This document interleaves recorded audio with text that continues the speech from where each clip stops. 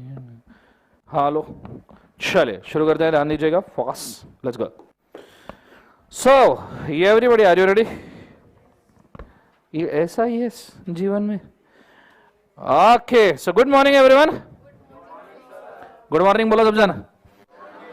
चलो स्टार्ट करते हैं, ध्यान दीजिएगा, फोकस कीजिएगा बड़े अच्छे तरीके से। आज हम बढ़ने वाले हैं आगे। लास्ट लेक्चर के अंदर हमने आंसर राइटिंग पॉइंट्स के रूल्स कंप्लीट कर लिए थे। आज हम जाने वाले हैं लिफ्टिंग ऑफ कॉर्पोरेट वेल्थ के ऊपर, and lifting of corporate wealth के बाद में हम बढ़ने वाले हैं आगे, उसके केसेस वगैरह देखने वाले हैं, और उसके बाद में will go for types of companies. ठीक है, तो आज नियरली ऐसा है कि आपका फर्स्ट चैप्टर नियरली खत्म होते आ जाएगा। ठीक है, हम थोड़ा सा स्टार्टिंग में 4-5 दिन स्लो चल रहे हैं, बिकॉज बहुत सारी चीजें आपको जानना जरूरी था। आपको सबसे पहले जानना जरूरी था कि बेसिकली किस प्रकार आपका आ जाइए फटाफट, एक काम कीजिए ना, फाइनल का क्या, विजय सर को मैसेज कीजिए एक बार। नहीं, विजय सर को मैसेज कीजिए, ही विल ओनली टेल। ठीक है, सो अभी तक ऐसा था कि आपको बहुत सारी चीजें सीखने की जरूरत थी। आपको लॉ मतलब नहीं पता था, आंसर राइटिंग कैसे करना नहीं पता था, बट नाउ यू नो कि किस प्रकार हमको आगे बढ़ना है। Now we can get up some speed. ऐसा नहीं कि एकदम स्पीड में पढ़ाएंगे, we will have some medium speed, so that आपको समझने में काफी आसानी होगी और कंटेंट भी अच्छे से कवर होगा।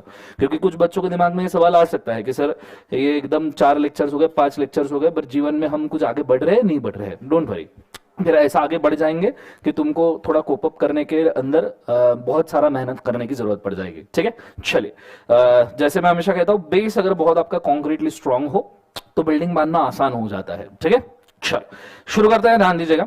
Today we are going for next वाला कंटेंट जो है लिफ्टिंग ऑफ कॉर्पोरेट वेल्थ। ठीक है, अच्छा, लास्ट होमवर्क आपने किया था, आंसर लिखा सबने, हाँ ना? आपको उसको चेक करने की इच्छा है क्या कि यू हैव डन गुड? आपको क्या लगता है सही है? ठीक है, चलो कोई दिक्कत नहीं। Now we are going for the next level वाला कंटेंट, और जिसको हम कहते हैं lifting of corporate wealth. Now first and foremost thing, अभी तक के हमने जो जो देखा वो एक बार थोड़ा सा रिवाइज कर लेते हैं, और उसके बाद में हम लिफ्टिंग ऑफ कॉर्पोरेट वेल्थ की तरफ शिफ्ट हो जाएंगे। Ready, let's go. Yes madam.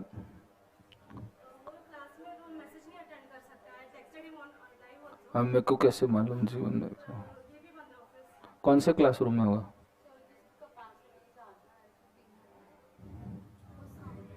वो एकत्वम के क्लासरूम ट्राई करो, मुझे भी नहीं आइडिया। ठीक है,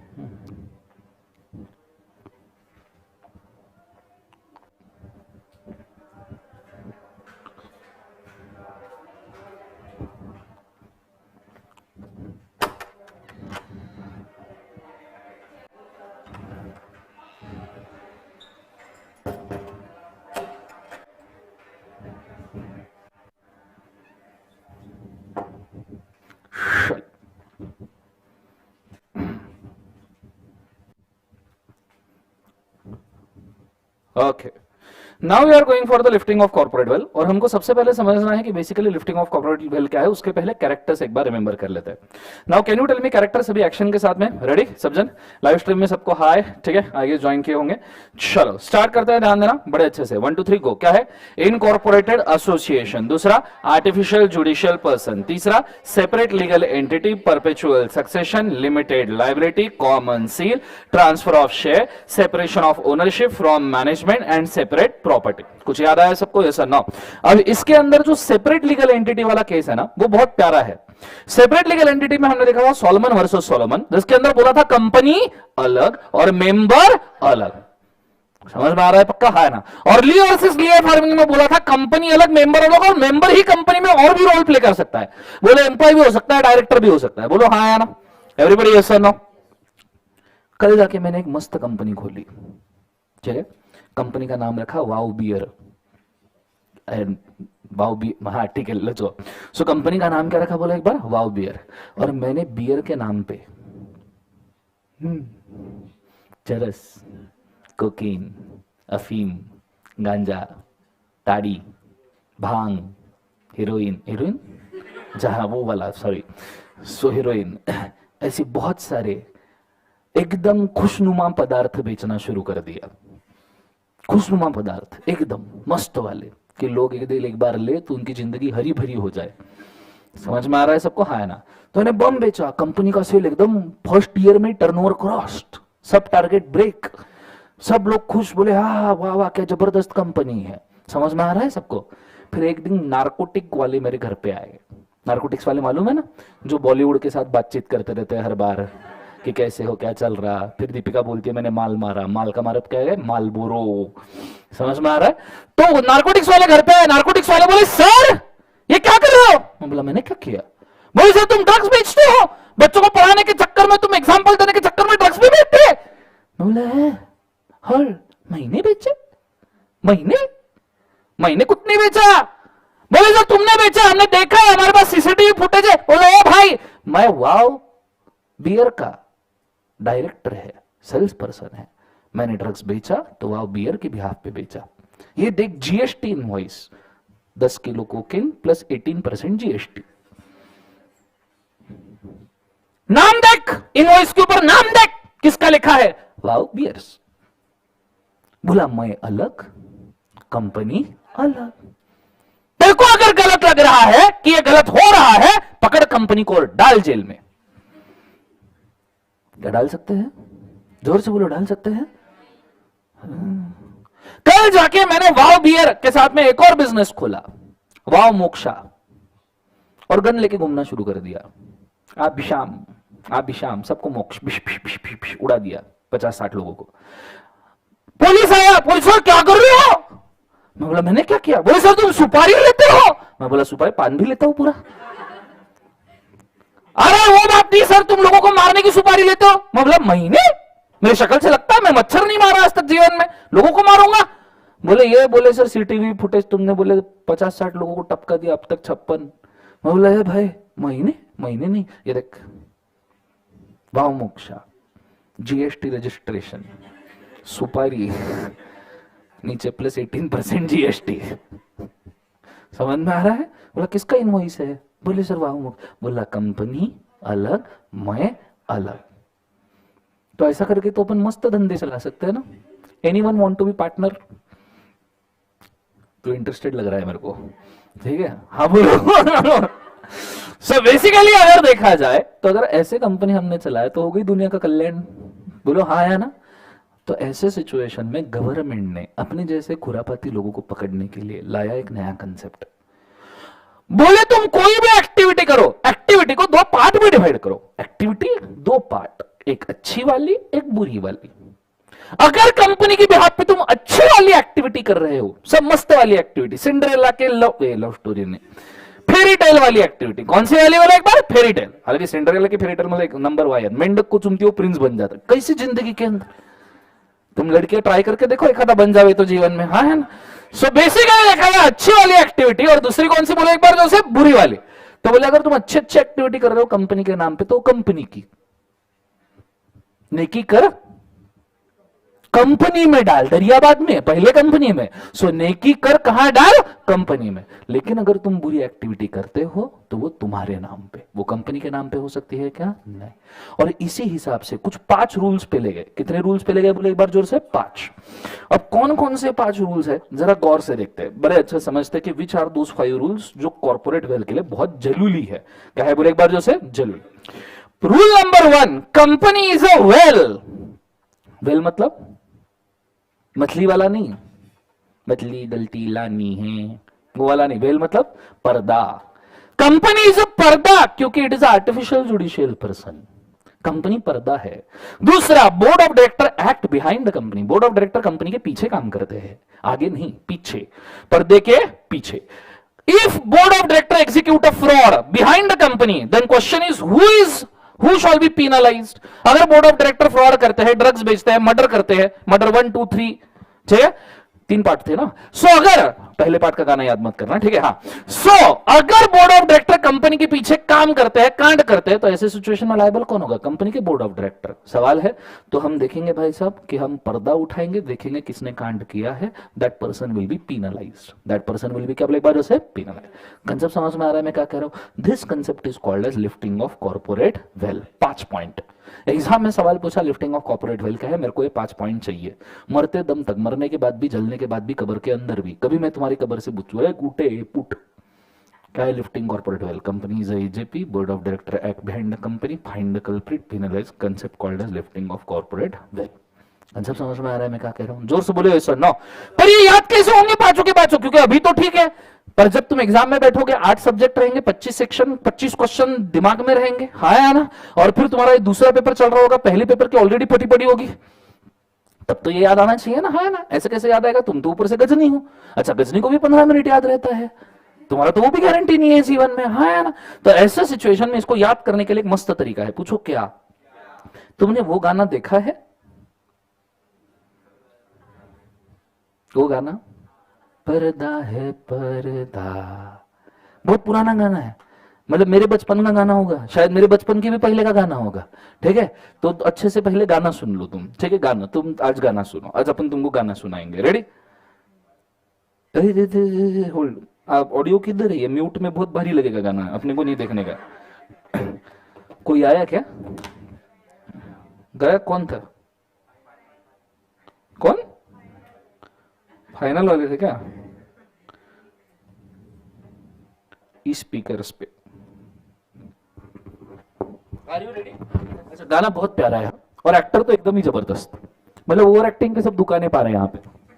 अब देखना, हाँ प्यार से झूम ना, वीडियो में तेरे को झूम लगता है, चलो बहुत बढ़िया, लेट्स गो। हाँ ये ले झूम भाई।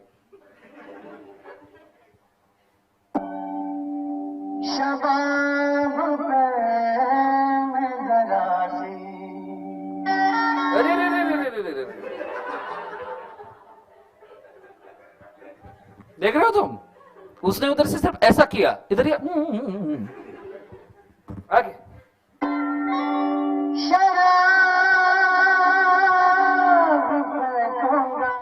ऐसे लोगों की वजह से लिफ्टिंग ऑफ कॉर्पोरेट वेल आया है।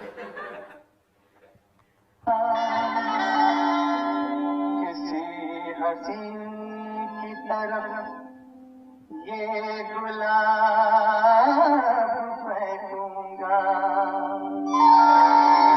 बुरखे में और एक्टिंग कैसे करना पहली बार जिंदगी में समझ में आ रहा है तुमको, मतलब हाँ, बाप रे, जैसे सबको दिख ही रहा है बुरखे के अंदर क्या कर रही है तुम।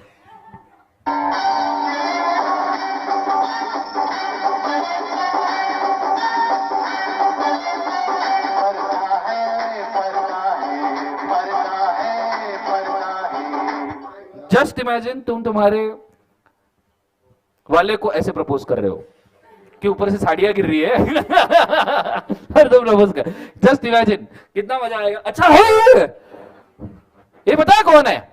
पुराने जमाने में दुनिया की सबसे केयरलेस माँ यही होती थी। इसी के बच्चे कुंभ के मेले में घूमते थे, इसी के बच्चों के साथ कुछ ना कुछ बुरा होता था। मतलब ये अगर मेरे को टेंशन आता था बचपन में, पता है, अगर मेरे को किसी मूवी में दिख जाए, मैं सिर पकड़ ले, भाई इसके बच्चे तो गए, ऐसा वाला सीन था। सब इसी के बच्चे के साथ होता। तुम कोई भी मूड, ये तुमको दिखी मतलब गेम ओवर है भाई। समझ में आ रहा है? ये बात को याद रखना तुमने।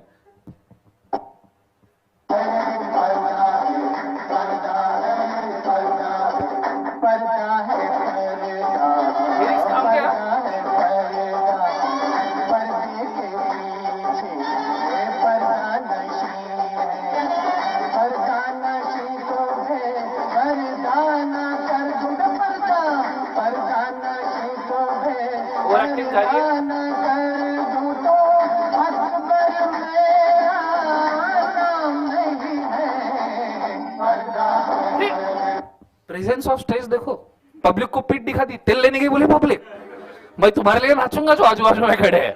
चलो बहुत बढ़िया। यार एक गाना सुना, एक बार मुझे लिरिक्स बोलो क्या है। उधर उधर के दरवाजे से, ये बाहर से लगा, वो दरवाजे से आ भाई, ठीक है। एक बार लिरिक्स बोलो क्या है, सब जन बोलो एक बार। पर्दा है पर्दा, पर्दे के पीछे पर्दा नशी है, पर्दा नशी को बेपर्दा ना कर दूं तो, भाई पर्दा नशी को बेपर्दा ना कर दूं तो अच्छा, सो पर्दा नशी को बे क्या बोले एक बार, पर्दा ना कर दूं तो क्या, अकबर मेरा नाम ने। अब जरा देखो कंसेप्ट कैसे जीवन में याद कर सकते हैं अपन। पूरा ध्यान बोर्ड के ऊपर देना, अपने को पांचों पॉइंट याद चाहिए, पांचों के पांचों, ठीक है। Let's go. सो सेंटेंस क्या है, पर्दा है पर्दा। एक बार गाना बोलो अच्छे से, जरा जी गाना गाने का मौका दे रहा हूं, तुम बैठे हो अपने। पर्दा है पर्दा, ये बात, पर्दे के पीछे पर्दा, तालियां कव्वाली चल रही है ना भाई। पर्दा नशी को बे पर्दा ना कर दूं तो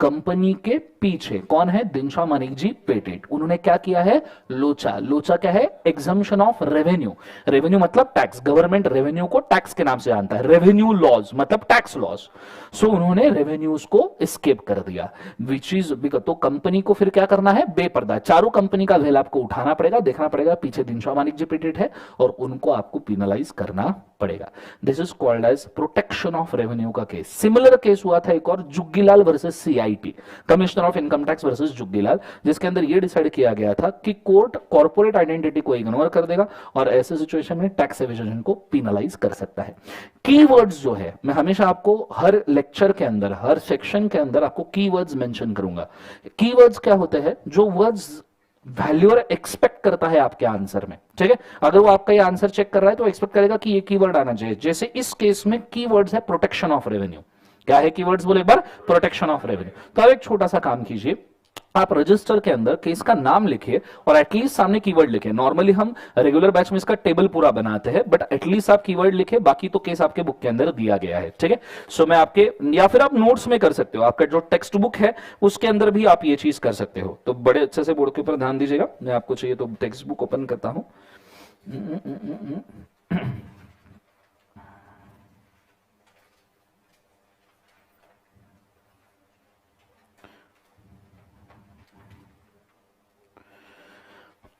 सो see this is a case law, बहुत अच्छे से एक्सप्लेन किया है। इसमें चाहिए तो मैं मार्किंग भी कर दूं आपको, ठीक है। सो आपके नोट्स में मार्किंग रहेगा बेसिकली। सो बहुत अच्छे से ध्यान दीजिएगा।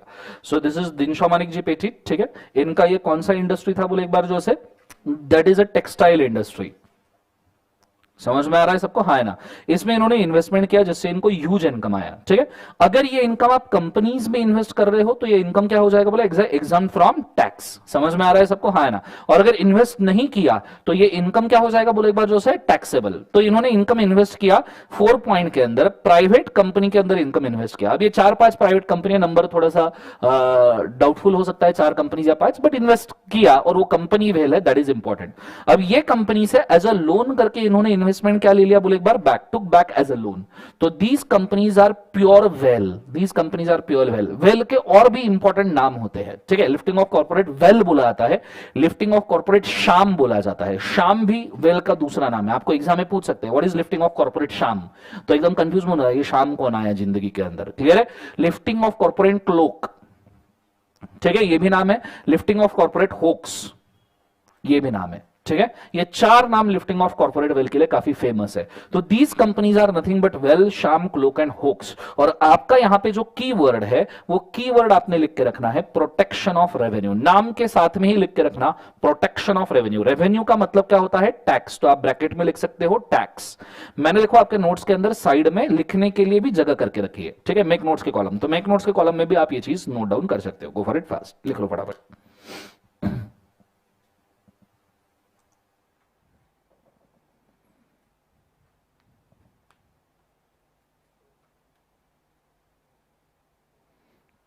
लाइव स्ट्रीम में क्या समझ में आ रहा है कि जरूर बोलिएगा।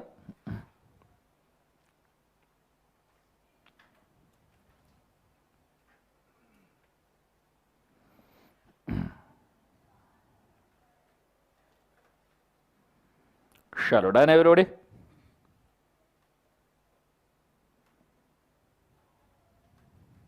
ओके इसके साथ में आप एग्जाम में डिसीजन में क्या लिख सकते हो? प्लीज डू अंडरस्टैंड, आप एग्जाम में डिसीजन में क्या लिख सकते हो? This is very important. तो नॉर्मली आपका जो केस हुआ है वो 3 पार्ट में मैंने डिवाइड किया है, ठीक है। Fact of the case, normally आपने फैक्ट ऑफ द केस कब लिखने हैं? जब आपको डायरेक्ट सवाल पूछा जाए, ठीक है। ओनली डायरेक्ट क्वेश्चन के वक्त ही आप fact of the case quote करोगे, बाकी समय आप fact of the case quote करोगे नहीं। दूसरा क्वेश्चन, ये आपको कहीं पे भी कोट करने की जरूरत नहीं है कि भैया ऐसे सिविल एग्जाम फ्रॉम टैक्स वगैरह, ये आपको कोट करने की जरूरत नहीं है। तीसरा decision, decision as a 1 line decision, जो केस लॉ आपका हेडिंग होता है उसके अंदर ये 1 लाइन डिसीजन लिखना जरूरी है। तो कभी अगर आप पढ़ते हो fact of the case ignore करना चाहो चल जाएगा, कोई दिक्कत नहीं, बट डिसीजन ये हमेशा आप पे टंग के ऊपर रहना चाहिए। और यहां डिसीजन क्या है? तो देखो कीवर्ड है protection of revenue. It was held that companies and SSC are not separate legal entity. मतलब सेपरेट लीगल एंटिटी का एक्सेप्शन है lifting of corporate veil. Clear है? सेपरेट लीगल एंटिटी का exception lifting of corporate veil है, जहां पे हम दो लोगों को अलग नहीं मानते, दोनों को एक ही मानते हैं। These are created only for the purpose of running from the tax burden. ठीक है, टैक्स बर्डन से बचने के लिए। As the company has done no business is form just for the purpose of converting dividend income into loan and avoid the केवल एक बार tax. ठीक है, तो आपने प्रोटेक्शन ऑफ रेवेन्यू में लिखना है एक सिंगल लाइन में, for the protection of revenue companies are form and dividend income is converted into investment and took back as a loan to escape the revenue और टैक्स। सिंपल, एक line में decision दे दिया, आपका काम खत्म हो जाएगा। आइडिया क्लियर है मैं क्या कह रहा हूं? This is the first case. Case का नाम क्या है सब जन बोले एक बार? दिनशॉ मानिक जी पेटेंट। क्लियर है? सेकंड केस के ऊपर मैं जा रहा हूं। सेकंड केस बहुत भारी केस है, that is Daimler company versus continental tyre and rubber company. इसके लिए भाई साहब आपको आपके फेवरेट लॉ कॉन्ट्रैक्ट एक्ट का नॉलेज लगेगा। Can you tell me person incapable of contracting? Incapable of contracting कितने लोग हैं पहले ये बताओ? नंबर 5। हाँ, पहला माइनर। तो माइनर हो मेजर हो सब लोग? पक्का कंफर्म? पक्का ना? कोई माइनर एक जन होगा? ओके। दूसरा पर्सन ऑफ अनसाउंड माइंड। ठीक है, आज संडे है मैंने सुना और तुमको हमने क्लास में बुलाया। समझ तो गए होंगे तुम, आया ना? पॉइंट नंबर 3, ये एक मिनट होल्ड, ये बड़ा फेवरेट है सब लोगों का, डिस्क्वालिफाइड बाय लॉ। क्या होता है ये डिस्क्वालिफाइड बाय लॉ?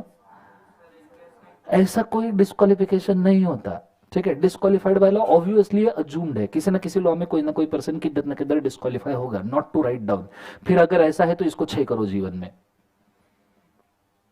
ठीक है, फिर मैं लिखूंगा डिस्क्वालिफाइड बाय लॉ। हाँ, डिस्क्वालिफाइड बाय किसने बोले एक बार? लॉ। हाँ, चौथा अलायन एनिमी कि एलियन एनिमी? नहीं, एलियन एलियन एलियन। जादू जादू दू आए ना, मुझे इसका स्पेलिंग नहीं आता, don't worry. So alien enemy, US English, UK English, DK English. Fifth वाला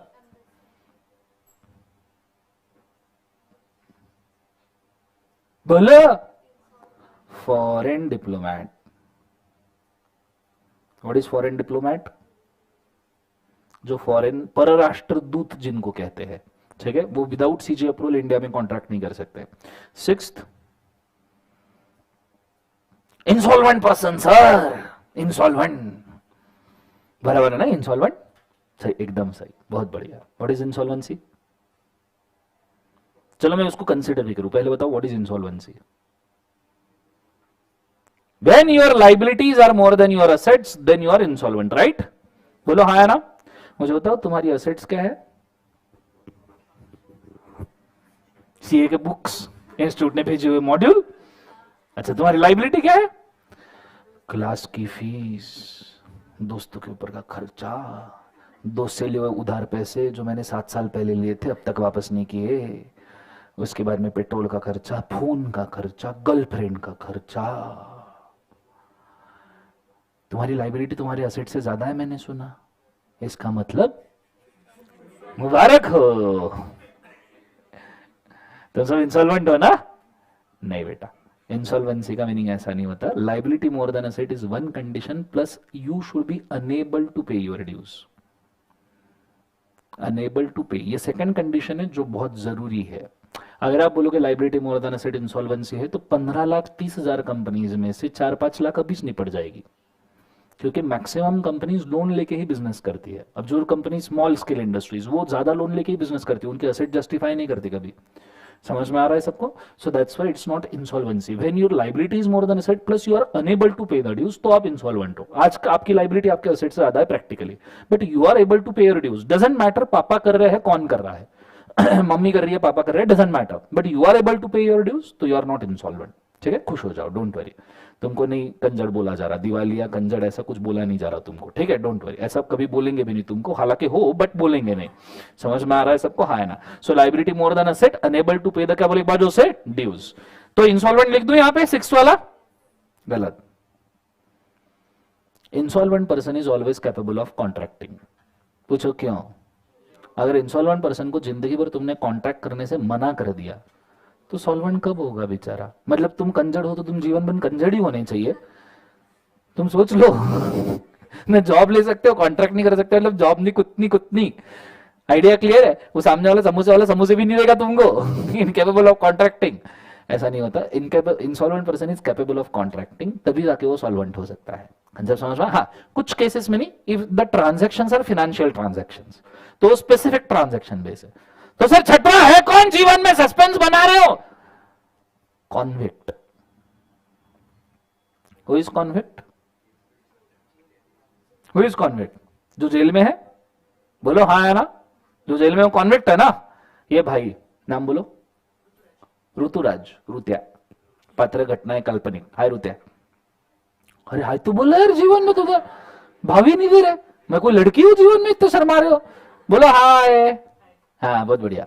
सो रुत्या जो था, एक दिन रुत्या को रात को बहुत फ्रस्ट्रेशन आया, बोले संडे को भी टीचर क्लास लेता है, कैसा बेईमान टीचर है। तो रुत्या यहां से सीधा बियर बार में गया, एक खंबा चढ़ाया पूरा और गाड़ी लेके घर पे रात को वापस निकला।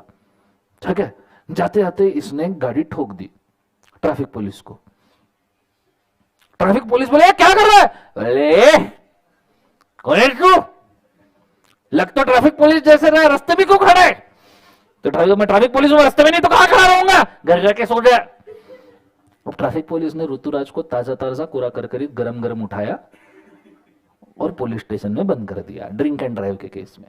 ऋतुराज कस्टडी में है पुलिस के, ये इधर ही खड़क पुलिस स्टेशन।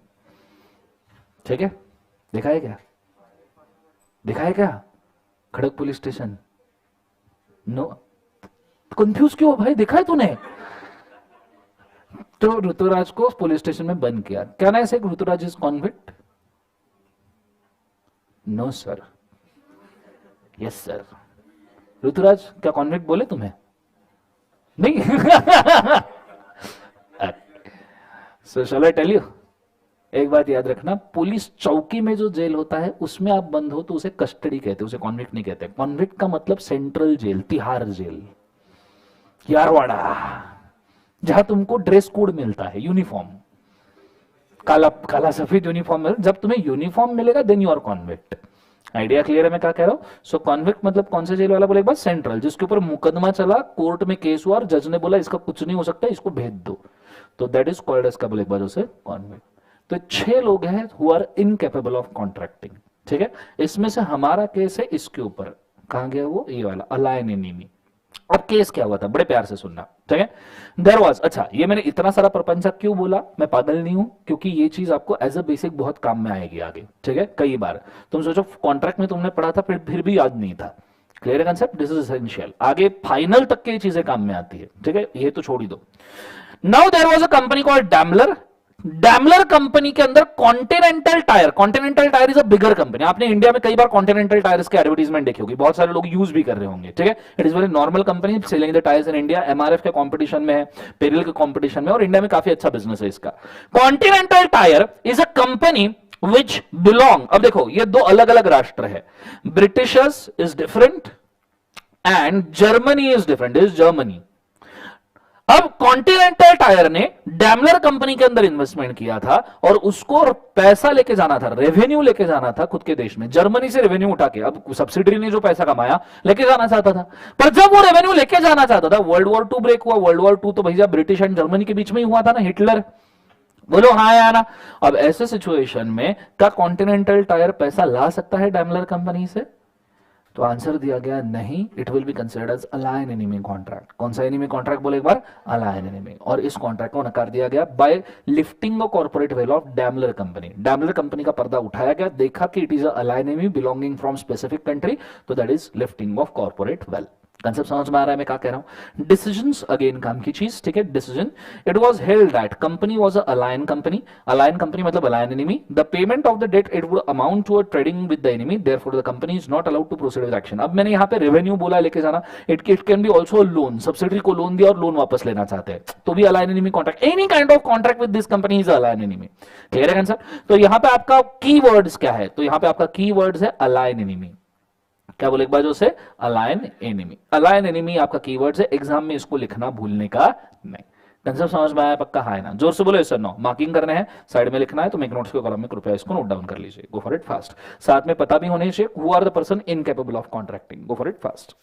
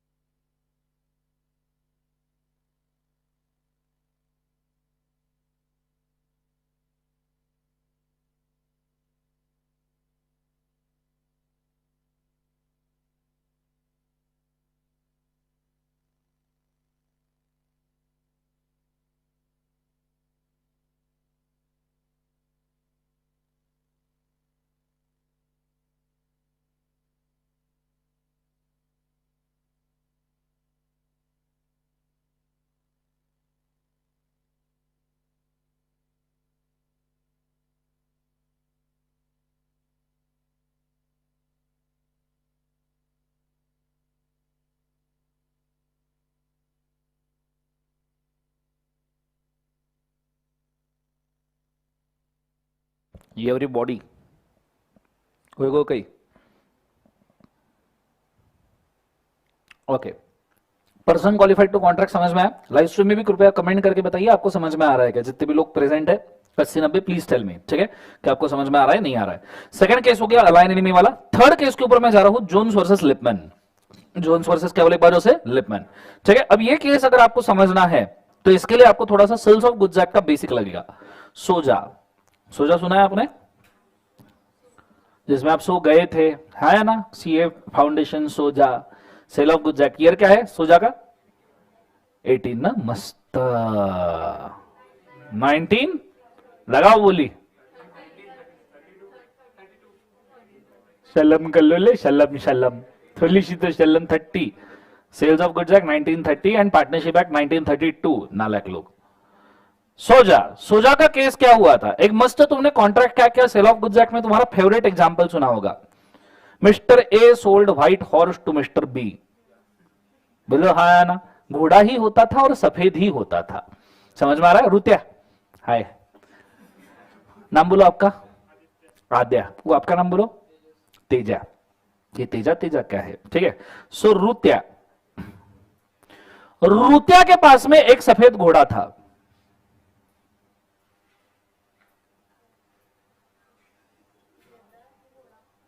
झेबरा, तेरे को कलर भी समझ में आ गया जीवन में? लाल कलर में ड्रॉ कर रहा हूं मैं, झेबरा कैसे होगा?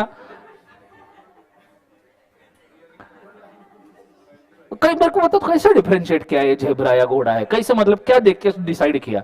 अच्छा गधा क्यों नहीं है मेरे को बता एक जीवन में? तो ड्रॉ नहीं किया आधे आज भी तो पहले जीवन में। सो दिस इज अ घोड़ा,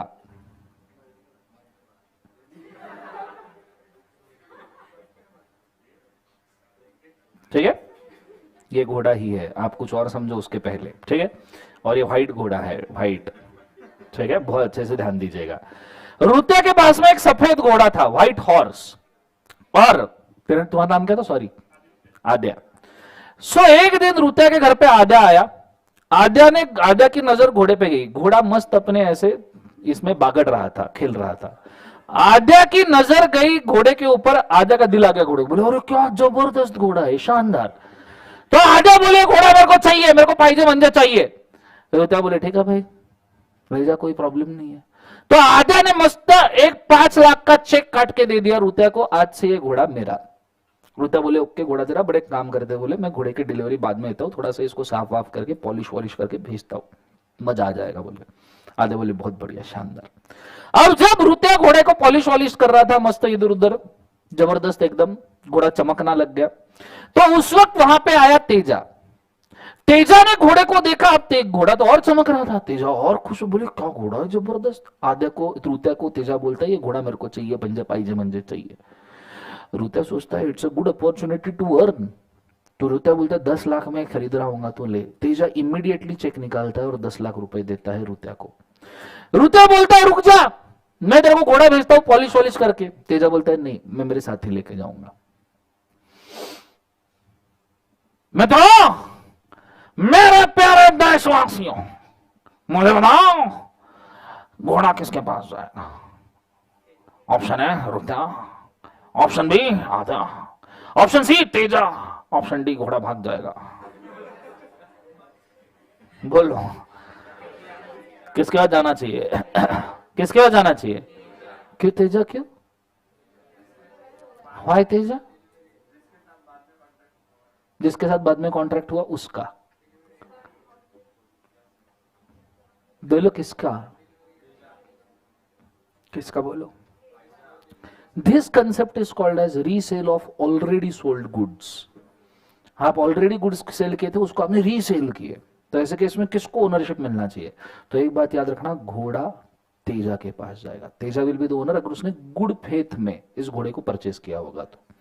कंसेप्ट समझ में? Good faith is essential. GF मतलब गुड फेथ। हाँ, तेजा। सो घोड़ा किसके पास जाएगा बोले एक बार? तेजा के पास। ये आपको समझ में आया पक्का? जोर से बोले सर। नो, ये अगर आपको समझ में आया तो ये केस का, ये सिमिलर, पता है ये सिमिलर प्रोविजन टोपा में भी लगता है। TOPA is called as transfer of properties act. ये सिमिलर प्रिंसिपल उसमें लगता है कि एक प्रॉपर्टी किसी गुड फेथ वाले पर्सन को तुमने रीसेल कर दी, तो जो गुड फेथ में सेकंड परचेसर था उसको उसका ओनरशिप मिलेगा। अब देखो केस क्या हुआ। There was a person called Lippman. Lippman के पास एक फार्म लैंड था। आपको दिख रहा है फार्म लैंड? बोलो हाँ है ना। ये उसने बेच दिया जोन्स नाम के बंदे को। किसको बेच दिया बोले एक बार? जोन्स। और जोन्स को लैंड बेचने के बाद, जोन्स से पैसा लेने के बाद लिपमैन को समझ में आया यार मैंने जोन्स को ये लैंड बहुत सस्ते में बेच दिया, मैं ज्यादा पैसा कमा सकता था पर मैंने गलती कर दी। अब इसको लैंड बचाना था, जोन्स को बेचना नहीं था, पैसा वापस देना था। पर बचाए तो कैसे बचाए? तो लिपमैन को याद है ट्रांसफर ऑफ प्रॉपर्टीज एक्ट में रीसेल के बारे में कुछ लिखा है कि अगर आप resale of already sold land करते हो तो सेकंड ओनर जो है उसको ओनरशिप मिल जाता है। लिपमैन इमीडिएटली क्या करता है, खुद के लॉयर के साथ में एक कंपनी फ्लोट करता है जिसमें लिपमैन खुद मेंबर है, जिसमें लिपमैन खुद क्या है बोले एक बार? Member, 99% share holder. और ये जो सेम फार्मलैंड है वो उस कंपनी को सेल कर देता है। उस कंपनी को ये फार्मलैंड क्या कर देता है? Sale. Now if you consider properly, Jones is the first purchaser, company is the second purchaser, because company is a separate legal entity. तो as per the principle second purchaser जो good faith में है उसको ownership जाना चाहिए। बोलो हाँ या ना। ये जब लैंड सेल करता है और जोन्स को पता चलता है यार लैंड तो सेल कर दिया कंपनी को, तो जोन्स केस कर देता है लिपमैन के ऊपर, जोन्स वर्सेस लिपमैन। और जोन्स बोलता है लैंड मुझे चाहिए, बताओ क्या किया जाए? लैंड जोन्स को दे दिया जाए या लैंड कंपनी को दे दिया जाए? किसको देना चाहिए? जोर से बोलो किसको देना चाहिए? अब यहां पे एक बात याद रखना कि ये कंपनी का पर्दा हटा के देखा तो आपको कौन दिख रहा है? लिपमैन। जोर से बोलो कौन दिख रहा है? लिपमैन। दूसरी बात, क्या ये कंपनी गुड फेथ में है? सच में नहीं है, क्योंकि कंपनी को नॉलेज है। कंपनी को कैसे नॉलेज है? क्योंकि लिपमैन को नॉलेज है और लिपमैन ही 99% शेयर होल्डर है, तो वी विल अज्यूम कि कंपनी को भी नॉलेज है। और ऐसे सिचुएशन में लैंड किसके पास जाएगा बोले एक बार? जोन्स। क्लियर है कंसेप्ट सबको? हाँ है ना। दिस केस लॉ का डिसीजन बड़ा इंपॉर्टेंट है, ध्यान दीजिएगा। The court looked into reality and ignored the transferred and ordered the company to transfer the land to किसको? जे, दैट इज कौन बोले एक बार? जो से जोन्स। इसके अंदर जो की वर्ड्स आते हैं, ठीक है, वो की वर्ड्स है कि आपने अगर फ्रॉड किया, क्या किया? फ्रॉड, या आपने इम्प्रॉपर कंडक्ट किया। कौन सा कंडक्ट किया बोले एक बार? उसे इम्प्रॉपर कंडक्ट। तो ऐसे सिचुएशन में अगर हम बात करें तो फ्रॉड और इम्प्रॉपर कंडक्ट के केस में आपका लिफ्टिंग ऑफ कॉर्पोरेट विल किया जाएगा। ये इम्प्रॉपर कंडक्ट था इसलिए कंपनी का पर्दा उठाया गया और देखा गया कौन जिम्मेदार है, और फिर लैंड ओरिजिनल ओनर को दे दिया गया। तो वर्ड क्या है बोले एक बार? Fraud, improper conduct. 300 मालिक जी पेटेंट में क्या था? Protection of revenue. दूसरा Daimler company versus continental tyre rubber company में क्या था? Alien enemy. यहां क्या है? जोन्स वर्सेस लिपमैन में fraud and improper conduct. Concept समझ में आया बच्चों पक्का? Everybody understood very clearly? Yes और नो? ये केस को आपने याद रखना, मार्किंग करना है या केस लिखना है साइड में सोगा या टोपा वाला, तो ये केस भी आपने लिख के रखना चाहिए मेक नोट्स के कॉलम के अंदर, क्योंकि इसके बेसिस पे आपका जोन्स वर्सेस लिपमैन बन रहा है। ठीक है, so go for it first. Live stream में समझ में आ रहा है कि कृपया बताइए।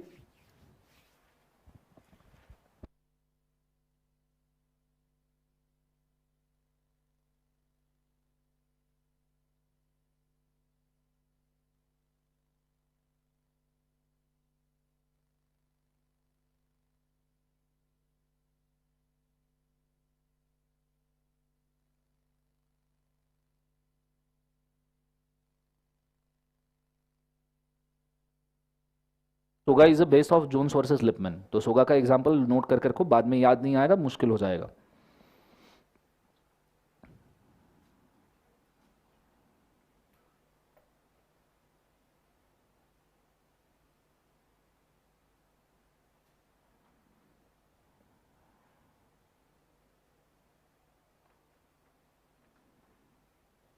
कल मैंने मेरे चैनल यूट्यूब के ऊपर AIR-1 का इंटरव्यू लिया है, CA फाइनल AIR-1 का, ठीक है, तो कृपया देखना। Good tips he has given. CA final का AIR-1, वो CA फाउंडेशन में AIR-30 था, CA इंटर में AIR-2 था, ठीक है, तो उसका, और फाइनल पे ही इज AIR-1, फाइनल पे क्लासेस उसने लिए थे अपने, तो अपने को फाइनल में इस बार अच्छे रैंक्स भी आए, 12 रैंक्स आए। तो मैं एक सीरीज लॉन्च कर रहा हूँ नियरली, अगले एक महीने के अंदर हम 12 के 12 रैंकर्स का इंटरव्यू लेंगे। तो उसमें से अगर आप हर एक इंटरव्यू भी देखोगे, हार्डली 20-25 मिनट का इंटरव्यू होगा, अगर आप उसको 1.5x के ऊपर भी देखते हो तो you will get some tips जिससे आपकी जिंदगी अच्छी हो सकती है। ठीक है, वो बंदा लास्ट 5 मंथ्स में, CA फाइनल के लिए लास्ट 5 मंथ्स में डेली 14 to 15 आवर्स पढ़ता था आफ्टर क्लासेस, मतलब क्लासेस खत्म होने के बाद में 5 महीने का प्रिपरेशन ली, उसके ऊपर डेली 15 आवर्स। तो आप सोच सकते हो आफ्टर पूरे क्लास कंप्लीट करने का 2250 घंटा daily. Are you understanding? Daily मतलब 2250 इन टोटल 5 मंथ्स में, डेली नहीं, सॉरी टोटल कि 2000, बट स्टिल इट इज 2250, मतलब 8 सब्जेक्ट के लिए पर सब्जेक्ट उसने कितना एक्स्ट्रा टाइम दिया है। वो बोले 3 से 4 रिवीजन उसके हो गए थे, 3 to 4 रिवीजन पूरे सब्जेक्ट के। क्लियर है? और उसने एक बहुत अच्छा टिप दिया जो मुझे अच्छा लगा। थ्योरी सब्जेक्ट में बोले तुम एक सिंगल बुक ही इस्तेमाल करो, तुम बुक्स चेंज मत करो। तुम्हें इंस्टीट्यूट का मॉड्यूल पसंद है, इंस्टीट्यूट का किसी ऑथर की बुक पसंद है वो, मेरी बुक पसंद है मेरी, वही एक बुक तुम 3-4 बार पढ़ो।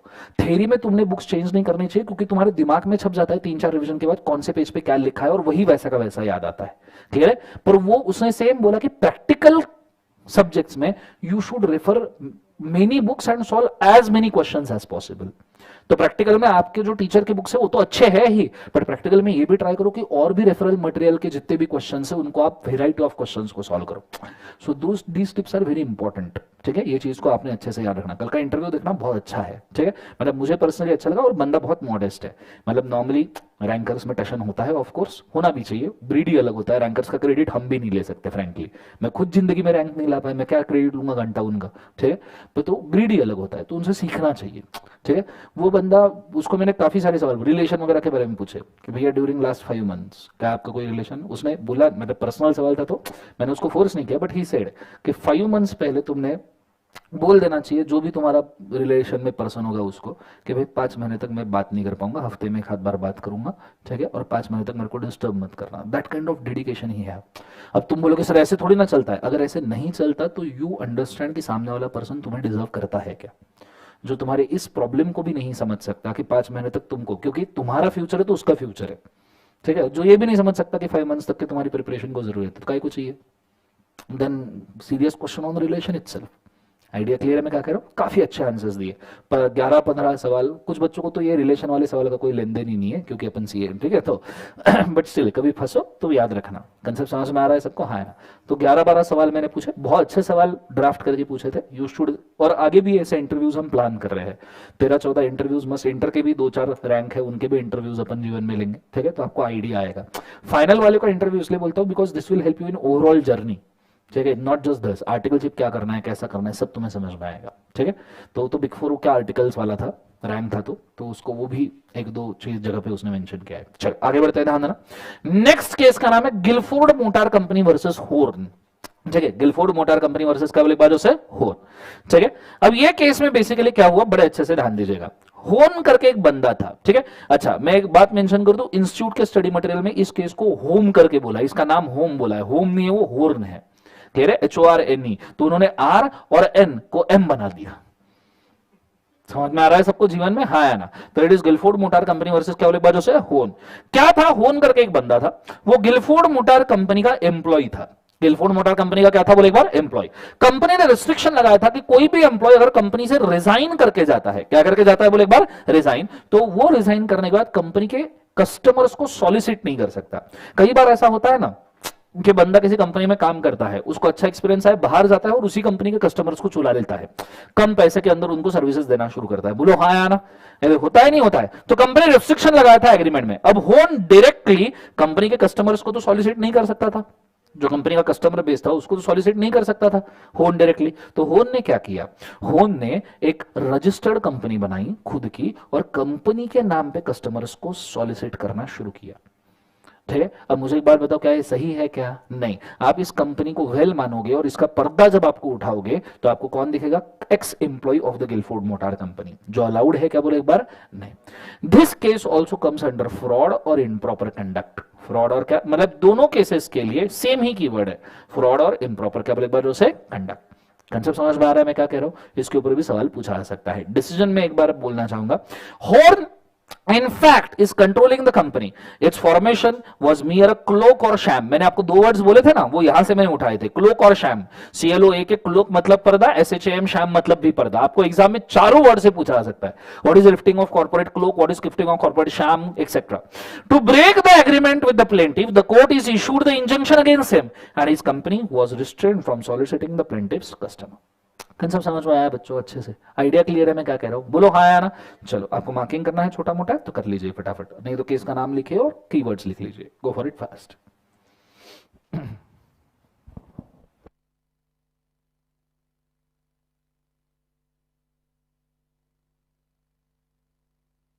क्लास के डेली टाइमिंग 4:15 to 6:15 होता है बेटा। कल थोड़ा सा मैं लेट हो गया था और आज संडे है इसलिए क्लास हमने डिफरेंट शुरू किया। बट मैं आपको क्लास के टाइमिंग डेली बेसिस पे बोलता जाऊंगा। अब जैसे कल 3 दिन विजय सर नहीं है तो उनका क्लास भी मैं कवर करूंगा, तो मैं एक बार कंफर्म करके आपको नेक्स्ट क्लास के टाइमिंग आज ही कंफर्म कर दूंगा उनसे पूछ के। ठीक है, कल से ही नहीं है ना, कुछ बोला नहीं क्या सर ने? ठीक है।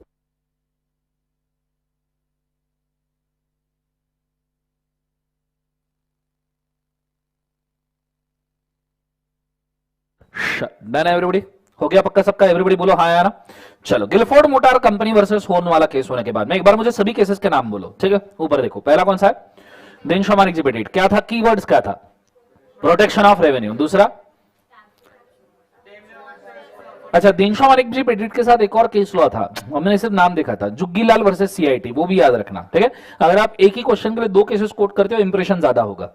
ठीक है, आप इसको केस लॉ के अंदर कोट कर सकते हो। ठीक है, दूसरा क्या था? Daimler company versus continental tyre and rubber company. Continental tyre तो पता ही है तुम्हें, हाँ है ना? अच्छा, उसके अंदर क्या था keywords? Contracting with the align enemy. तीसरा वाला केस कौन सा था? जोन्स वर्सेस लिपमैन, उसके अंदर fraud and improper conduct, sale of goods act based case है। उसके बाद में चौथा वाला Gilford motor company versus Horne, again fraud and improper conduct. इसमें क्लोक एंड हॉक्स वर्ड याद रखना आपने, कंसेप्ट समझ में? क्लोक, हॉक्स एंड शाम। ठीक है, चलो, ये होने के बाद में नेक्स्ट वाले केस के ऊपर जा रहा हूं, merchandise transport company versus British transport commission. ठीक है, बड़े अच्छे से ध्यान देना, RTO वाला केस है। RTO पता है ना, जो आपको लाइसेंस देता है। बोलो हाँ है ना। अब ट्रांसपोर्ट के लिए ऑल ओवर, आपने कई बार देखा होगा ट्रक देखे, ट्रक, बोलो हाँ है ना। ट्रक के ऊपर कई बार कोट्स लिखे, ट्रक के ऊपर वो लिखा होता है ना, क्या? बुरी नजर वाले मुंह काला नहीं ना जीवन में। ट्रक के ऊपर लिखा ऑल इंडिया परमिट लिखा होता है, बुरी नजर वाले तेरा मुंह काला, बघतो काय रागाने ओव्हरटेक केलाय वाघाने, काय नाही नाही म्हणते पण लई जीव लावते, असं ना। सो बेसिकली अगर देखा जाए तो ट्रांसपोर्ट कंपनी को जो ऊपर लिखा रहता है ना, ऑल इंडिया परमिट, क्या लिखा रहता है बोले एक बार? All India permit, that is a transport licence given by the RTO। ठीक है, अब ये ट्रांसपोर्ट लाइसेंस के लिए तुमको अप्लाई करना पड़ता है RTO को, पर इंडिया में ब्रिटिशर्स के राज्य में it was not RTO, it was a British transport commission. हमारा जो अभी RTO है वो उस वक्त ब्रिटिश ट्रांसपोर्ट कमीशन था। तो एक कंपनी थी merchandise transport company, sorry merchandise नहीं, मर्चेंडाइज ट्रांसपोर्ट की होल्डिंग कंपनी थी, जिसको RTO ने लाइसेंस रिजेक्ट कर दिया, मतलब ब्रिटिश ट्रांसपोर्ट कमीशन ने लाइसेंस रिजेक्ट कर दिया। तो कितनी भारी कंपनी थी, उसने सब्सिडरी कंपनी बनाई और उसके नाम पे लाइसेंस के लिए अप्लाई की। क्या सेंस है, कोई सेंस है इस बात की?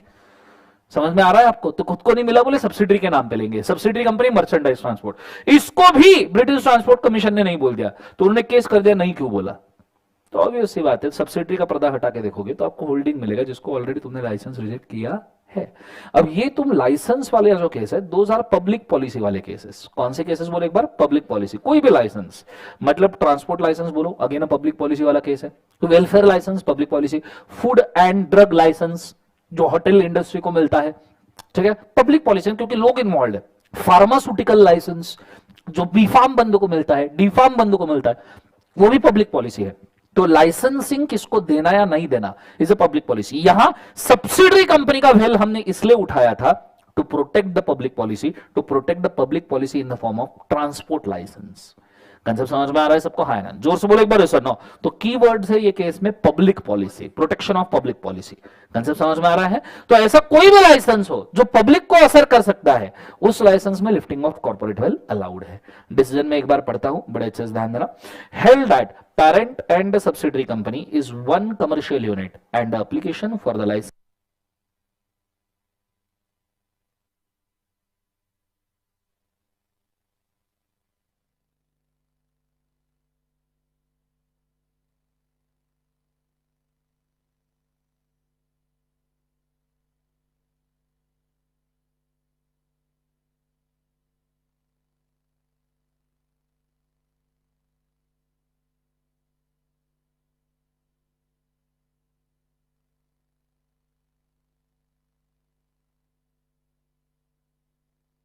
मार्किंग कर लो, पब्लिक पॉलिसी लिख लेना नाम के साथ, ठीक है।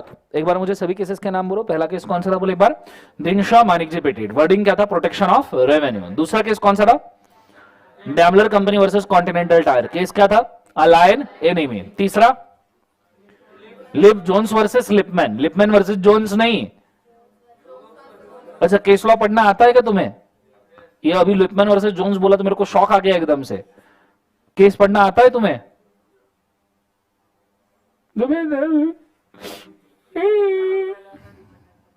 प्लेंटिफ का पहले नहीं आता।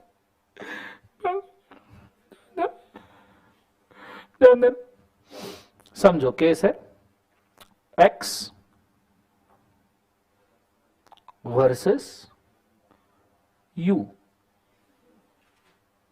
एक्स वर्सेस क्या बोले एक बार जो से मैडम? एक्स वर्सेस यू, ठीक है।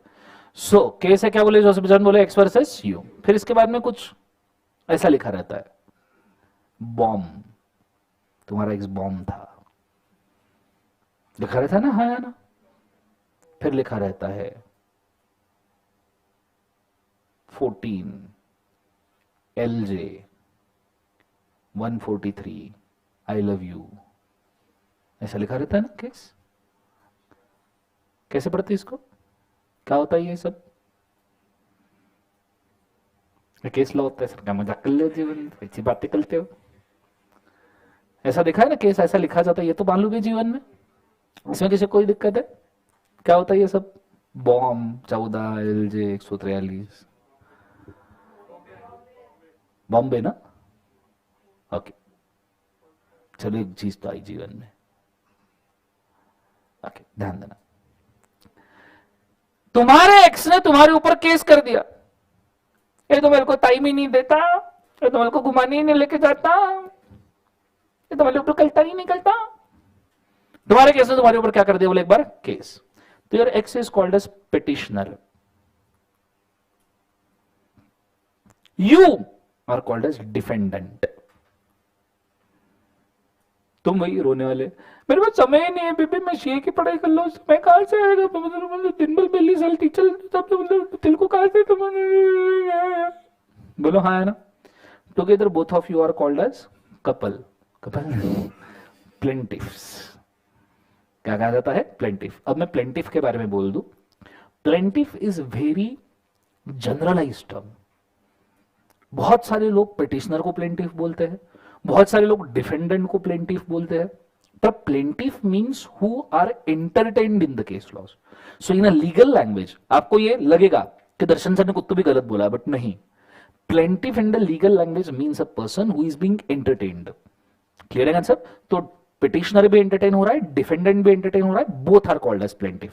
बट कई बार तुम देखोगे कि भैया पिटिशनर को प्लेंटिफ बोलेंगे कुछ लोग, डिफेंडेंट को प्लेंटिफ बोलेंगे, but it is not. Clear है? What is bomb? Bomb is a court, जैसे बॉम्बे, MAD मैड, मैड मतलब तुम्हारे प्यार में पागल, मद्रास हाई कोर्ट, क्लियर है। Then Gujarat, SC supreme court. ये जो मैंने, अगर सिटी का नाम है, स्टेट का नाम है, तो that is a high court. India में कितने हाई कोर्ट्स है?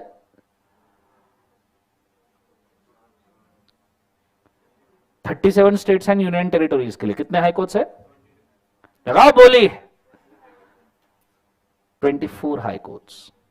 कितने हाई कोर्ट्स है? 24। और सुप्रीम कोर्ट्स कितने? एक ही होता है, इसलिए उसको सुप्रीम कहा जाता है। सोचो मत जीवन में, सुप्रीम कोर्ट एक ही है। फिर ये क्या है? ये 14 LJ 143। There is called as citation, citation, कि ये केस तुमको ओरिजिनली, इसका ओरिजिनल प्रिंट चाहिए। कई बार देखना, जज के सामने एक आदमी टाइपराइटर लेके बैठा रहता है, टक टक टक टक टक टक टक टक टक, जो भी होते रहता है वो केस का टाइप करते जाता है। कई बार तुमने कोर्ट रूम का सीन देखा होगा ना, एक आदमी कंप्यूटर लेके बैठेगा, दन दन दन दन दन टाइप करेगा, जो भी हो रहा है वो सब टाइप करता है जो कोर्ट में होता है। अगर प्लेंटिफ ने डिफेंडेंट को गाली दी, अबे तेरी ये, अरे एक बार ये MC सो ऐसा वाला सिचुएशन होता है। कंसेप्ट समझ में आ रहा है सबको? बोलो यस और नो। सो वो जहां ये चीजें टाइप करके कंपाइल करता है, those are called as journals, ठीक है। जैसे LJ is a kind of love journal. Couple का केस है ना? नहीं, it is a law journal. इसे क्या बोले जो से? Law journal. अब उस साल में, लेट्स से उस साल में समझो 30 ऐसे टाइपिंग कर करके 30 जर्नल्स क्रिएट हुए, 30 जर्नल्स क्रिएट हुए। उसमें से 14th नंबर के जर्नल पे number of book, number of क्या बोले एक बार उसे? बुक। 14 नंबर के जर्नल पे page number 143 is a page number, page number 143 पे आपको ये केस मिल जाएगा। आप कहीं लॉयर के ऑफिस में गए होंगे ना, तो लॉयर के ऑफिस में एक ही कलर के 10-15 बुक एक लाइन में शेल्फ में लगे रहते हैं। 2000 जर्नल्स, 2000 क्या बोले एक बार? जर्नल। उसके ऊपर से नंबर अलग अलग होते हैं। तो वो अगर अब लॉ जर्नल्स है, 2000 कंपनी लॉ जर्नल्स, तो ऐसे सिचुएशन में लॉ जर्नल का 14th नंबर का बुक निकालना, उसमें 143 पेज पे केस आपको मिलेगा। क्लियर है? ऐसे जर्नल्स बहुत सारे होते हैं, law journals. ITR, income tax में नॉर्मली आप ITR सुनोगे, इनकम टैक्स रेकनर्स। क्लियर है सबको? हाँ है ना? कॉमकैस, कंपनीज केस लॉ, कॉमकैस यूज किया जाता है, कंपनीज केस लॉ जर्नल। इसको CC भी लिखा जाता है कई बार ब्रैकेट में। क्लियर है कंसेप्ट सबको? तो this is how you site a case law. Case law ऐसे पढ़ा करते हैं। क्लियर है कंसेप्ट? कभी भी पिटिशनर डिफेंडेंट चेंज नहीं होना चाहिए। जोन्स वर्सेस लिपमैन, तो जोन्स वर्सेस लिपमैन ही, लिपमैन वर्सेस जोन्स नहीं। क्लियर है? तुमने लिपमैन वर्सेस जोन्स किया, गए मार्क्स। वो सिर्फ उस केस के नहीं, पूरे क्वेश्चन के गए। कंसेप्ट समझ में आया सबको? हाँ है ना? Quoting inverse case law is as good as quoting wrong case law. Clear है? आप चाहो तो इसको लिख कर रखो, बुक के रजिस्टर के फ्रंट पेजेस में लिखना, बेसिक्स में कहीं पे। ठीक है, गो for it fast. Live stream में समझ में आया क्या? मुझे जरूर बताइएगा प्लीज।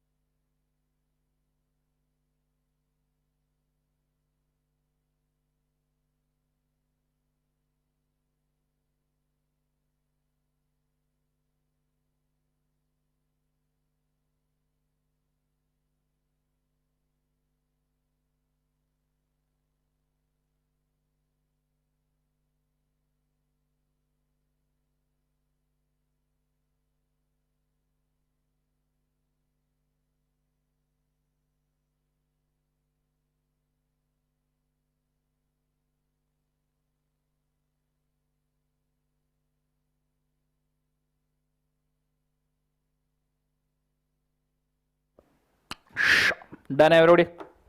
पक्का हो गया? सो यहाँ पे हमने केस लॉस कैसे पढ़ने हैं वो भी मैंने आपको मेंशन कर दिया। क्लियर है? कि नेक्स्ट टाइम से याद रखना, क्योंकि केस लॉस के साथ ही तुमको बहुत डील करना है। और ऐसा नहीं कि सिर्फ ये लॉ में काम में आएगा, this will be helping in the income tax as well as GST also. Clear है कंसेप्ट? फाइनल लेवल तक के याद रखना। चलो नेक्स्ट। सो ये केस हमारे हो गए। इसके बाद में मैं नेक्स्ट केस के ऊपर जा रहा हूं। नेक्स्ट केस का नाम है workman of associated rubber industries limited versus associated rubber industries limited. Case का नाम बहुत सिंपल है, दोनों जगह पे associated rubber industry limited associated rubber industry limited common है। सिर्फ पहले केस में वर्कमैन मतलब वर्कमैन के यूनियन ने कंपनी के ऊपर केस कर दिया है। उस कंपनी के वर्कमैन के यूनियन ने कंपनी के ऊपर केस किया है। क्या केस किया है? बड़े अच्छे से ध्यान देना। इसके लिए आपको थोड़ा सा पोबा का नॉलेज लगेगा। पोबा सुना है? The payment of bonus act. Payment of कौन सा एक्ट बोले एक बार उसे? Bonus act. Normally payment of bonus act क्या कहता है? बहुत अच्छे से ध्यान देना, this is very important case law.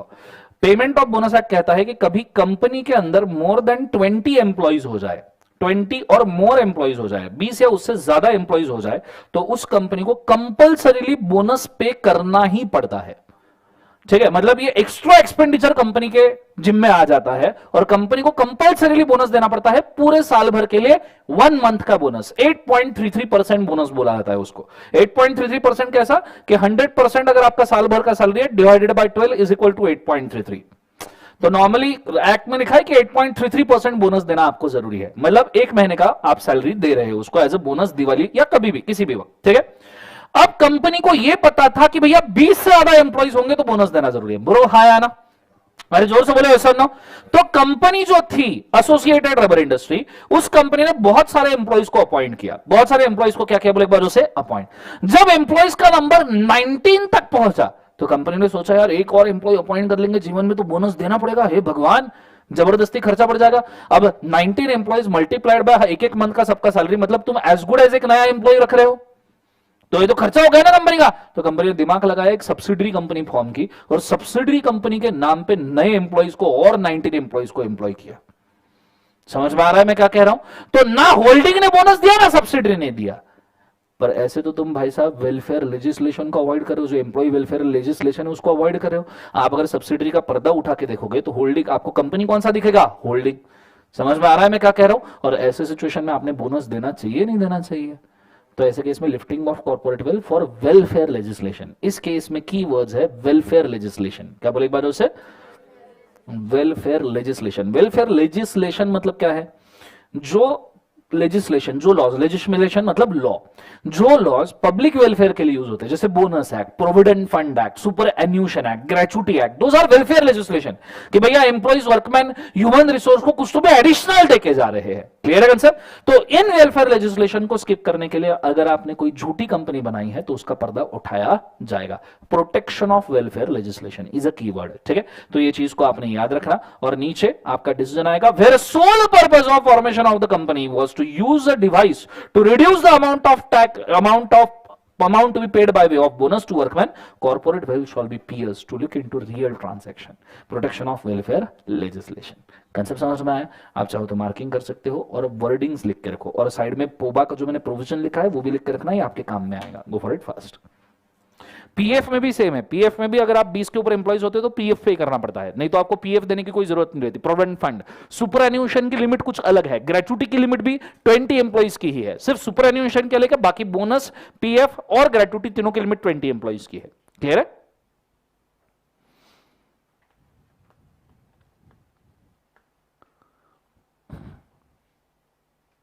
Live stream में समझ में आ रहा है? कृपया कमेंट करके बोल दीजिए प्लीज।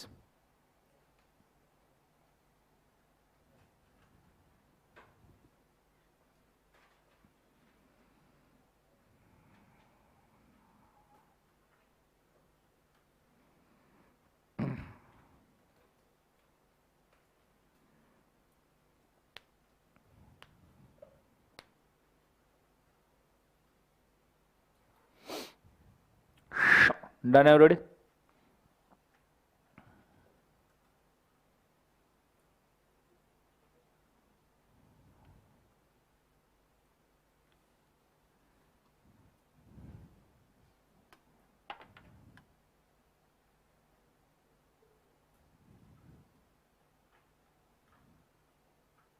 हो गया पक्का?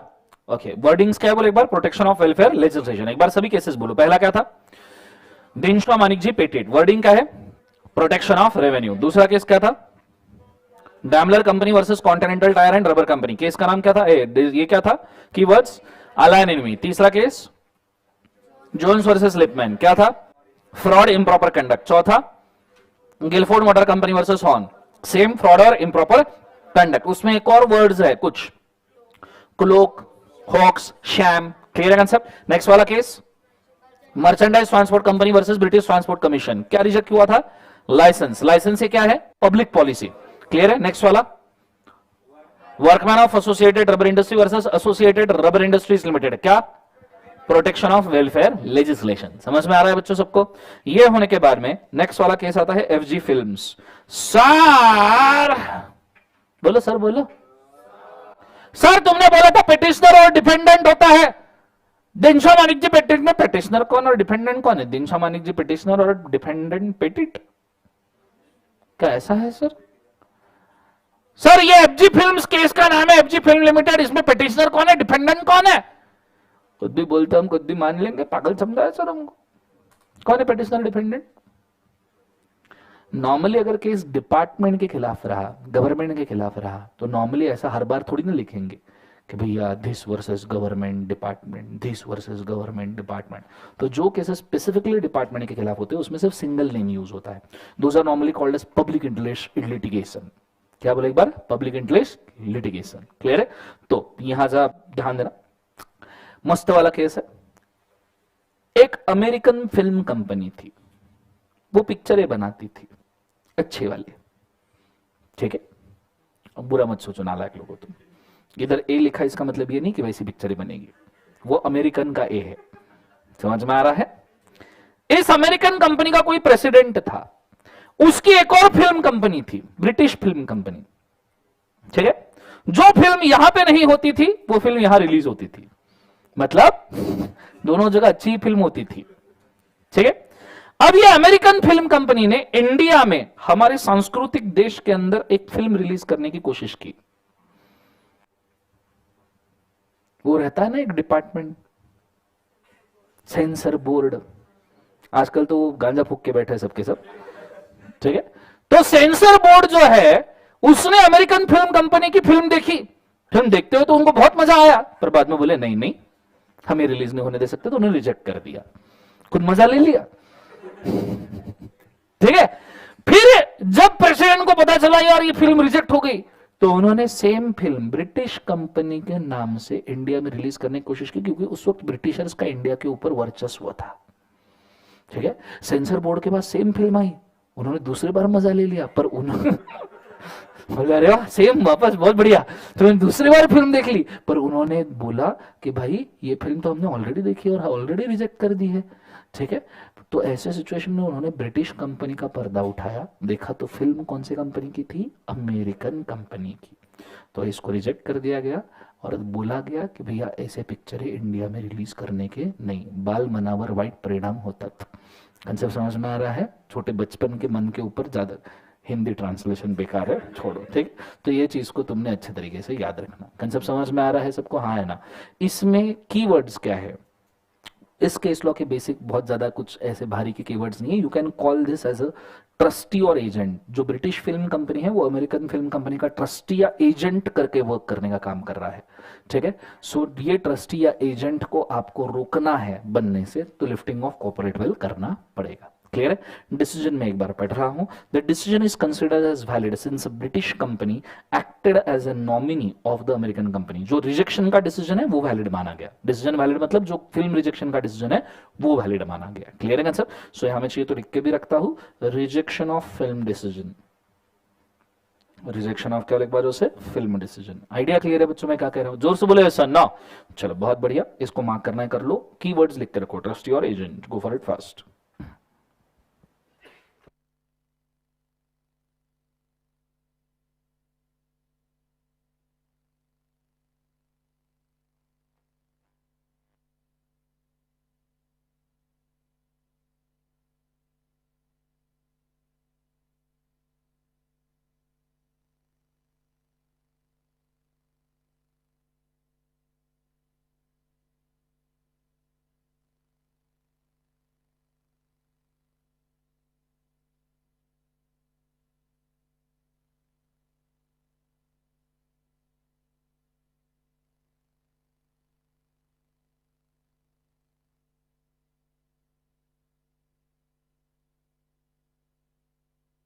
पिटिशनर में normally this versus the state, normally petitioner में द स्टेट कम आता है, डिफेंडेंट में जाता है. It is when the entire region is fighting for specific case law. ठीक है, जैसे महाराष्ट्र स्टेट.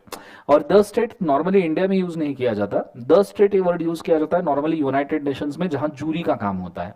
जज के बाजू में 10-15 लोग बैठे रहते हैं जो खुद के ओपिनियंस देते हैं. द स्टेट मींस देश के खिलाफ वाला केस लॉ है. The person versus the state मतलब उनका यूनियन ऑफ अमेरिका वर्सेस जिनका भी केस लॉ चलता है. इंडिया में बहुत रेयरली द स्टेट यूज किया जाता है because India is not called as the state, India is called as republic of India. US बना है प्रेसिडेंशियल इलेक्शंस के ऊपर कि प्रेसिडेंट सभी राज्यों को गवर्न करेगा. ठीक है, इंडिया बना है रिपब्लिक. रिपब्लिक का मतलब होता है बहुत सारे राजा महाराजा इकट्ठे आए और इन्होंने खुद का एक प्राइम मिनिस्टरियल कैंडिडेट चूज किया. इसलिए यूएस में प्रेसिडेंट इज मेन, इंडिया में prime minister is main. So when you have president as a main because he is the centre part of the entire country, that's why that is called the state. But when you have prime minister as a main part because all the persons who elect him are associated, it's called republic. ठीक है, सो उसको union भी कहा जाता है. तो India के concept आपको इंडिया के केसेस द स्टेट नहीं देखेंगे normally, those are called as union of India. The person versus UOI, union of India case. Clear है? यहां तक समझ में आया सबको? हाँ है ना? जोर से बोले एक बार सर. ना आइडिया क्लियर है? पक्का मैं क्या कह रहा हूं? ये चीज होने के बाद में एक लास्ट केस लॉ बचता है, न्यू हॉरिजॉन्स लिमिटेड. केस बहुत सिंपल है कि कंपनी का जो एक्सपीरियंस है वो एक्सपीरियंस आप प्रमोटर का एक्सपीरियंस या डायरेक्टर का एक्सपीरियंस कंपनी का एक्सपीरियंस मान सकते हो. ठीक है, तो आप केस का नाम लिख सकते हो न्यू हॉरिजॉन आपके रजिस्टर में, और वहां पे लिख सकते हो the experience of promoter and director is experience of company. New horizons limited versus union of India. देखो सेम केस है, अब द स्टेट की जगह union of India word use किया है. ठीक है, the experience of the promoter is the experience of the company. Experience of promoter is considered as experience of company.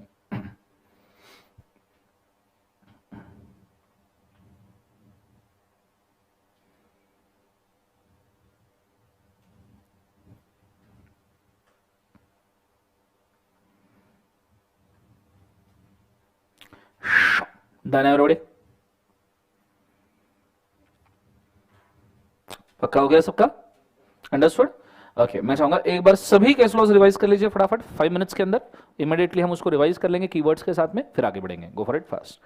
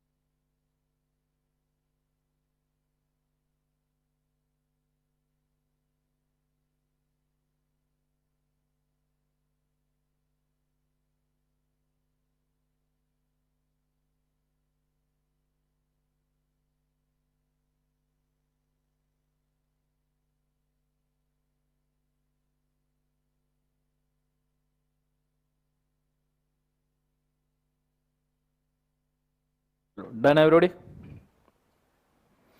याद हो गया क्या? बताइएगा मुझे.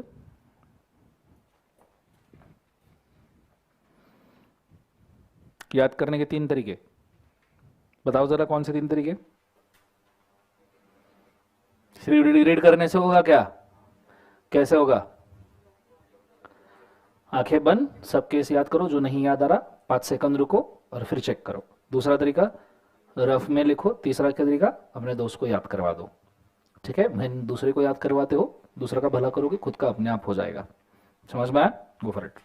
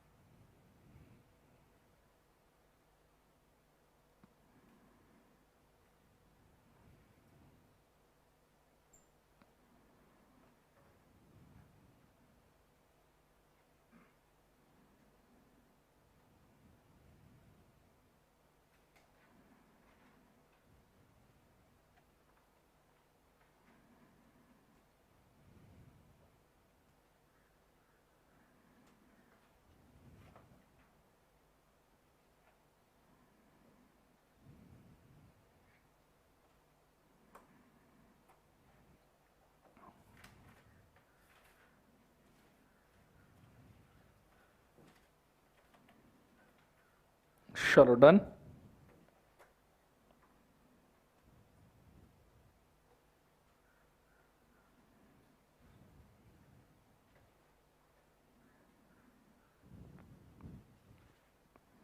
लिख के देखो अगर याद हो रहा है तो।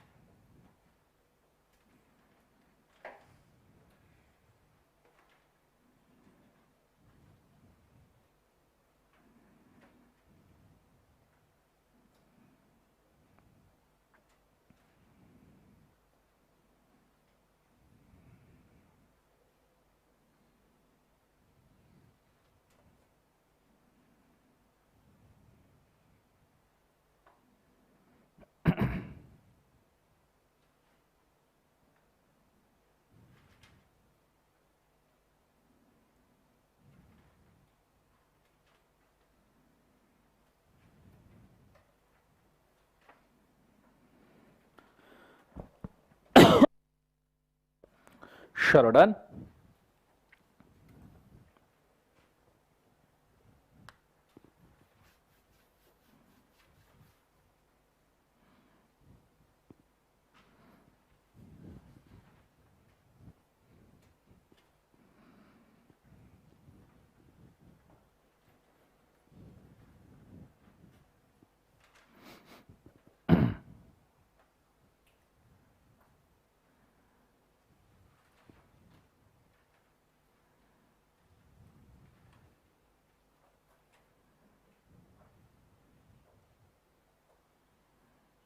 हो गयो कई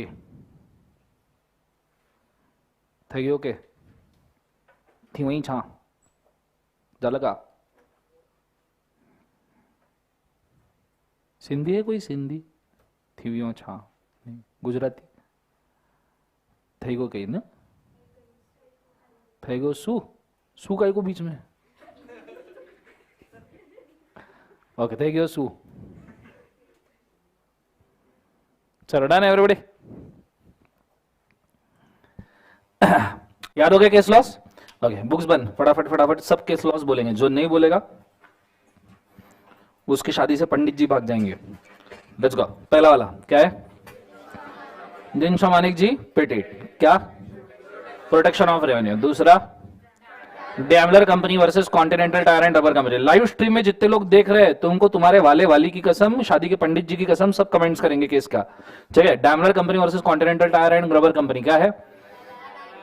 अलाइन एनिमी। तीसरा Jones versus Lipman fraud, fraud improper conduct. चौथा Gilford motor company versus Horne fraud and improper conduct. Sham hoax बोलना मत क्लोक। नेक्स्ट वाला merchandise transport company versus British transport commission क्या है? Public policy. ठीक है, licence. Next वाला workman of associated rubber industry versus associated rubber industry क्या है? Protection of welfare legislation. Next one FG films trustee और agent. Last वाला new horizons versus union of India, मतलब experience of promoter is experience of company. समझ में आया पक्का? यहां आपका लिफ्टिंग ऑफ कॉर्पोरेट वेल होता है खत्म। याद हो गया सबको? बड़े अच्छे से हो गया? पक्का बोलो हाँ या ना। चलो ये हो गया, तो अब हम अगले कंटेंट के ऊपर बढ़ रहे हैं और अगला कंटेंट आज हम देखने वाले हैं टाइप्स ऑफ कंपनीज। क्या देखने वाले बोले एक बार? Types of companies. पहले मैं एक मस्त चार्ट ड्रॉ कर लूं टाइप्स ऑफ कंपनीज के लिए।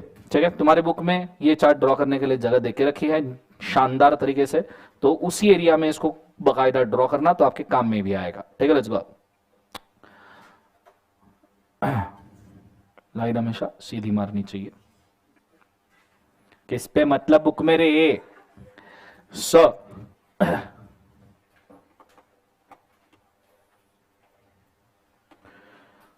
टाइप्स ऑफ कंपनीज जो है वो डिवाइड होते हैं अलग अलग कैटेगरीज में, according to incorporation,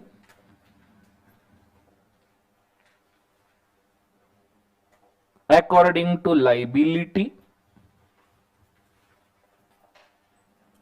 according to membership,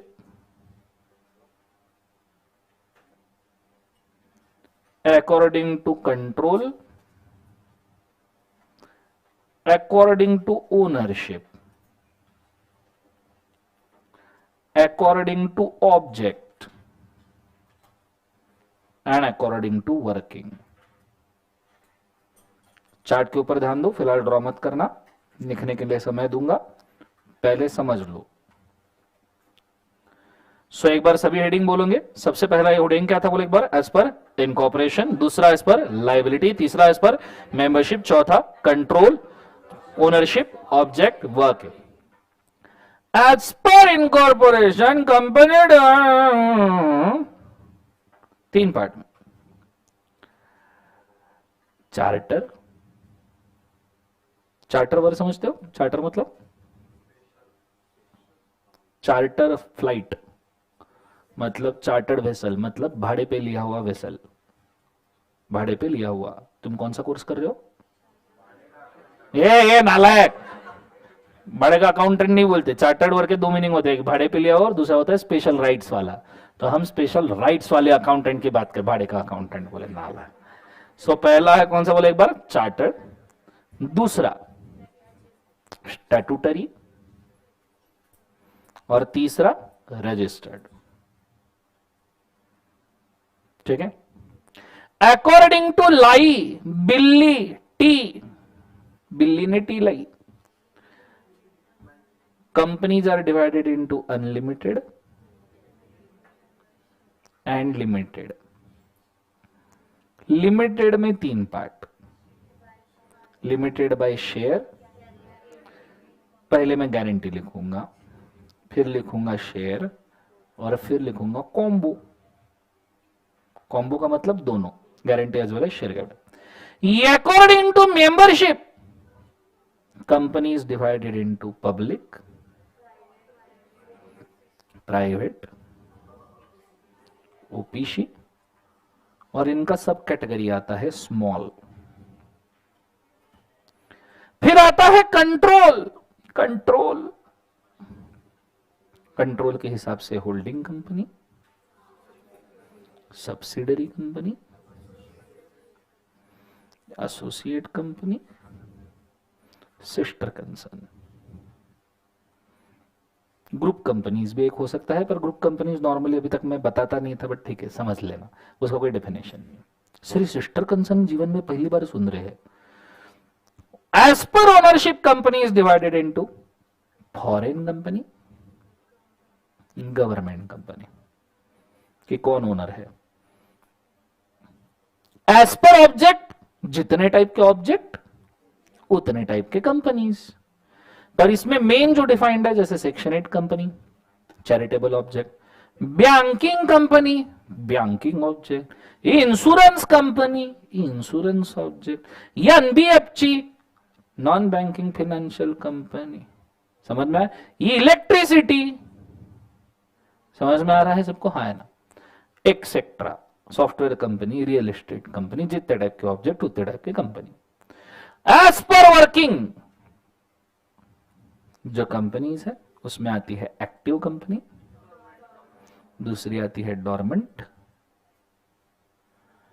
और तीसरी आती है स्लीपिंग नहीं, defunct. Dormant is itself sleeping.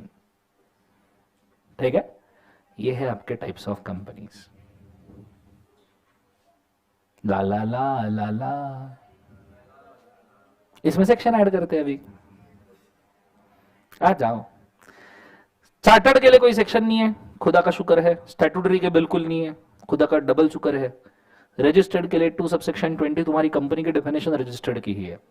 Unlimited companies 2 subsection number 92, company limited by guarantees 2 subsection 21, company limited by share 2 subsection 22। Combo के लिए कोई भी सेक्शन नहीं है।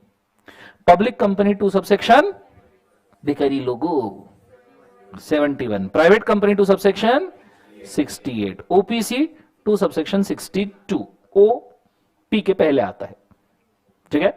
Small company two subsection 85, holding company two subsection number 46, subsidiary company two subsection 87, associate company A two 6 two subsection 6, sister के लिए कुछ नहीं है, ग्रुप कंपनीज के लिए कुछ नहीं है। Foreign company two subsection number 42, government company two subsection number 45, section 8 company section 8 में ही रहेगी, बचे हुए कंपनीज के लिए कोई सेक्शन नहीं है। एक्टिव कंपनी, डोरमेंट कंपनी, ये दोनों companies 455 of the companies act में डिस्कस की जाती है। डिफंक्ट कंपनी, इसको नॉर्मली डिसोल्यूशन कहते हैं, which is not basically working from the chapter winding up, इसके लिए अपना ही सेक्शन पढ़ो तो बेटर है, पर आईबीसी का कंसेप्ट है, इंसॉल्वेंसी बैंक्रप्सी कोड, ठीक है। तो this is your types of company का चार्ट। अब सवाल उठता है सर इसको याद कैसे करें, ठीक है। तो इनकॉर्पोरेशन का आई, लाइबिलिटी का एल, मेंबरशिप का एम, कंट्रोल का सी, ओनरशिप का ओ, ओनरशिप का ऑब्जेक्ट, डब्ल्यू का वर्किंग। आई ला मेरी काऊ, बोलो क्या बोलना है, जोर से बोलो क्या बोलना है, आई ला मेरी काऊ, जोर से बोलो, आई ला मेरी काऊ। आई पर से इनकॉर्पोरेशन, ला पर से लाइबिलिटी, मेरी पर से मेंबरशिप, सी पर से कंट्रोल, ओ पर से ओनरशिप एंड ऑब्जेक्ट, डब्ल्यू पर से वर्किंग।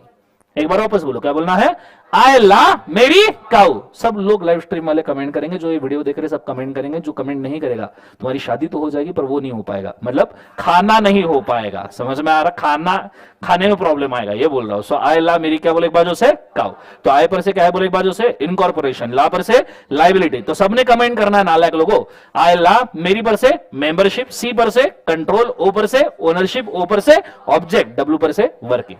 कंसेप्ट समझ में आया मैं क्या कह रहा हूं। सर अंदर का पार्ट कैसे याद करेंगे, बहुत इजी है, type of companies is equal to type of girlfriends. तुम थोड़ा दिमाग लगाओ तो इमीडिएटली मैच हो जाएगा। इनकॉर्पोरेशन, गर्लफ्रेंड बनती कैसे है, गर्लफ्रेंड 3 तरीके से बन सकती है।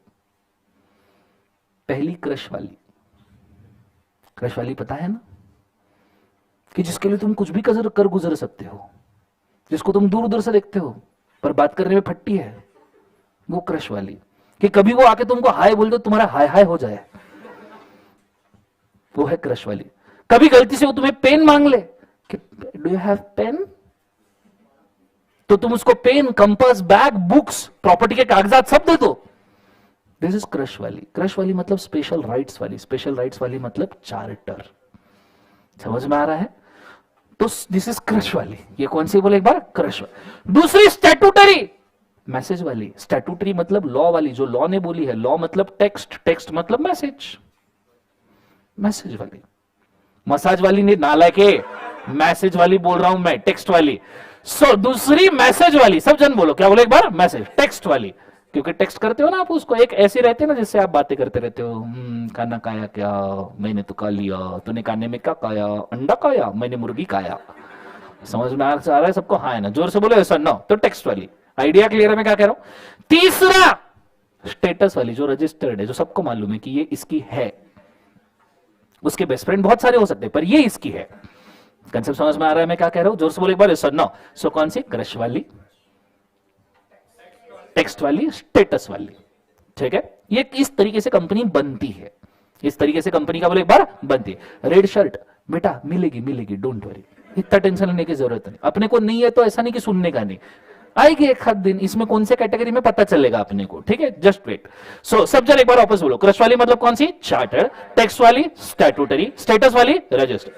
फिर company as per liability 2 part में डिवाइड होती है, गर्लफ्रेंड भी, एक उड़ाने वाली, कि मेरे को शॉपिंग नहीं लेके जाओगे, मेरा बर्थडे वाला है, मेरे को 20 गिफ्ट चाहिए क्योंकि मैं 20 साल की होली हूं, मेरे को कहीं टूल पे तो लेके जाओ, मेरे को ना डोसा खाना है वैशाली का, कभी 5 स्टार होटल में हम डेट पे चले, बोलो हाँ या ना। उड़ाने वाली, शॉपिंग कराओ, घुमाओ फिराओ, मजे कराओ, उड़ाने वाली, ठीक है, अनलिमिटेड। उड़ाने वाले क्या बोले एक बात।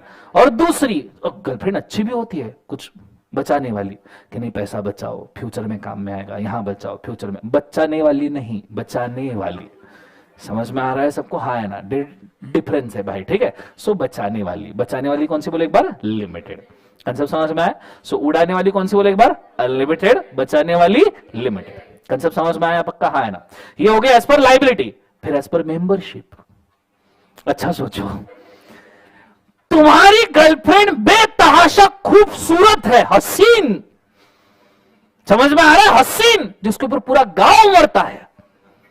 पब्लिक कंपनी, पूरा गांव मरता है एकदम, समझ में आ रहा है? पूरा गांव मरता है। गर्लफ्रेंड अच्छी है पर गांव पूरा उसी के ऊपर मरता है। Public company. गांव नहीं मरता, चलो मोहल्ला मरता है, प्राइवेट कंपनी। चलो मोहल्ला भी नहीं मरता, तुम ही मरे जा रहे हो, ओपीसी। चलो तुम ठीक, पर आजू बाजू वाले भी थोड़े से मरते हैं, स्मॉल। समझ में आ रहा है? तो पूरा पब्लिक मर रहा है। पब्लिक गांव वाली पब्लिक कंपनी, मोहल्ले वाली प्राइवेट कंपनी, तुम्हारी वाली ओपी, आजू बाजू वाली। समझ में आ रहा है सबको? सर फिर ये सिस्टर कंसर्न क्या है? तो मराठी में एक म्हण है, मामाची मुलगी आपली। मराठी में ऐसे कुछ कास्ट में होता है ना कि तुम मामा के लड़की के साथ शादी कर सकते हो, बुआ के लड़के के साथ शादी कर, ऐसा होता है ना कुछ कास्ट में। तो मामाची मुलगी आपली, सिस्टर कंसर्न। कंसेप्ट समझ में आ रहा है सबको? हाँ है ना? तो सर ये ग्रुप कम मत पूछना। समझ में आ रहा है सबको? मत पूछना। आइडिया क्लियर है मैं क्या कह रहा हूं? जोर से बोलो सर। नो। सो गांव वाली कौन सी बोले एक बार? पब्लिक। मोहल्ले वाली प्राइवेट। आपकी वाली ओपीसी। आजू बाजू वाली मामाची मुलगी आपली, सिस्टर, मत पूछना। कंसेप्ट समझ में आया पक्का? फिर डिपेंड है तुमको कौन से टाइप की कंपनी पसंद है।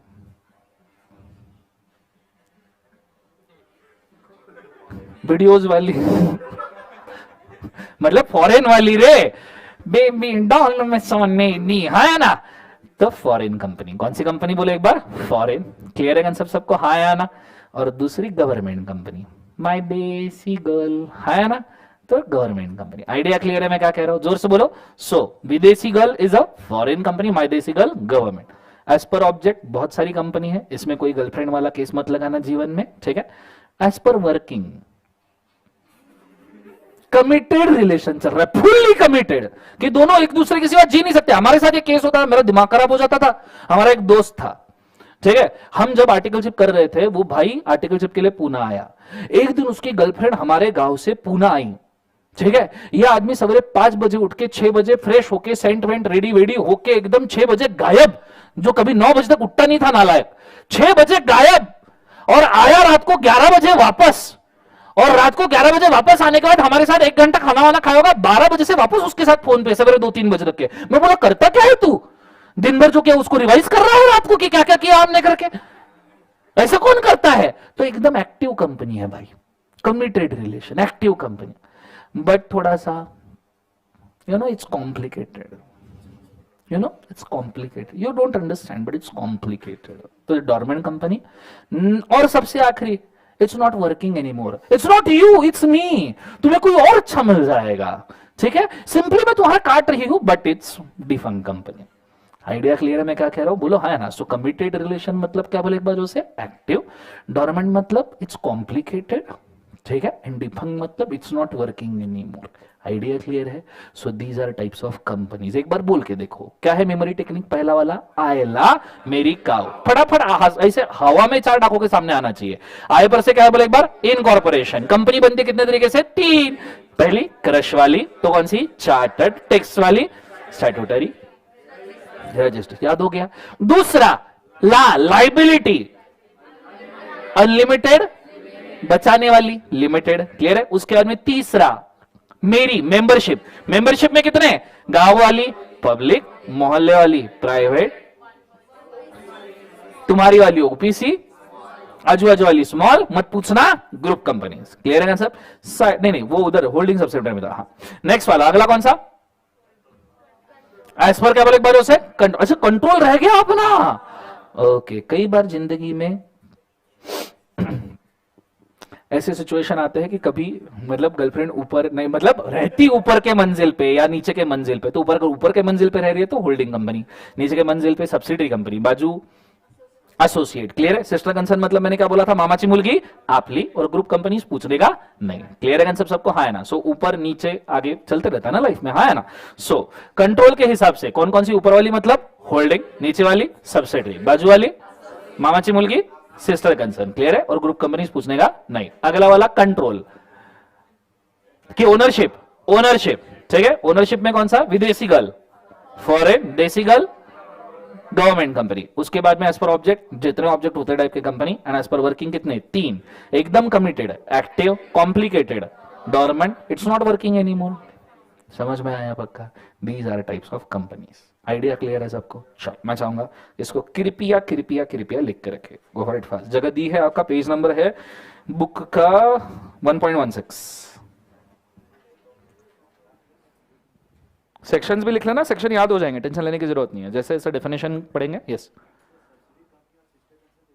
नहीं नहीं, बताऊंगा, डोंट वरी।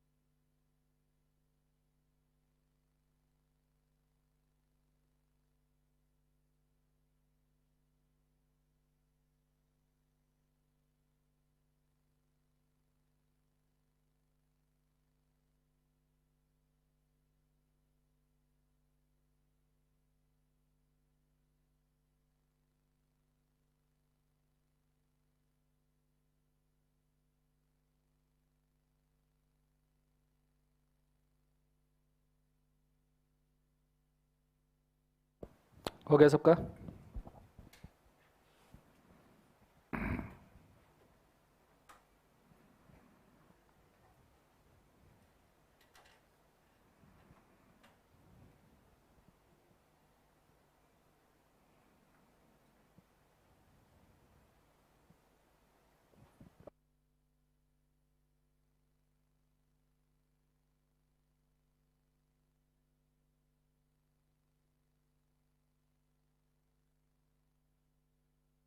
हो गया सबका? चलो एवरीबॉडी, यस और नो? ओके, सो यहाँ आपका टाइप्स ऑफ कंपनीज लिखना हो गया है कि नहीं हुआ है?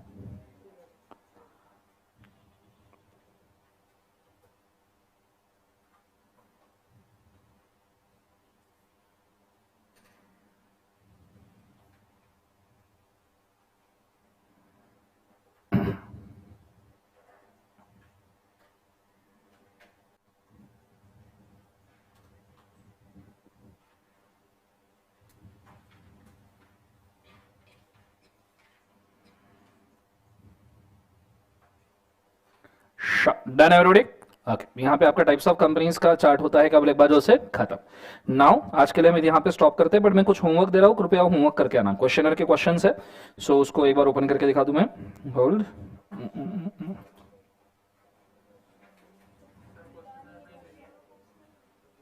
बुक्स क्यों नहीं मिली? अच्छा, प्रिंट होके आना बाकी है। तुम फिलहाल फिर फोटो खींच लो सिर्फ, ठीक है? क्वेश्चन के फोटो खींच लो, सॉल्व करके लाना।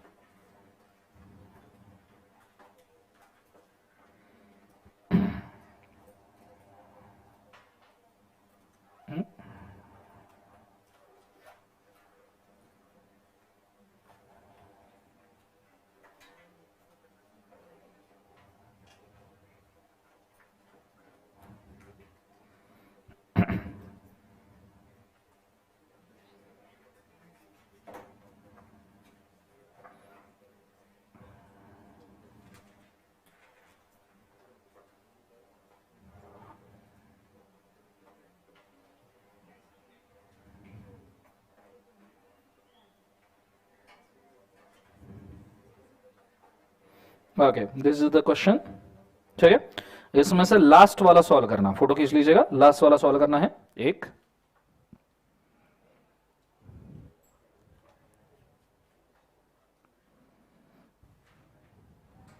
ठीक है, और होमवर्क नहीं करके आया तो क्लास में 2 घंटा खड़ा रहना पड़ेगा, ठीक है? लास्ट बेंचेस पे पहले ही मेंशन कर दूं। शरुडन बोलो हाँ है ना? दूसरा सवाल, होल्ड।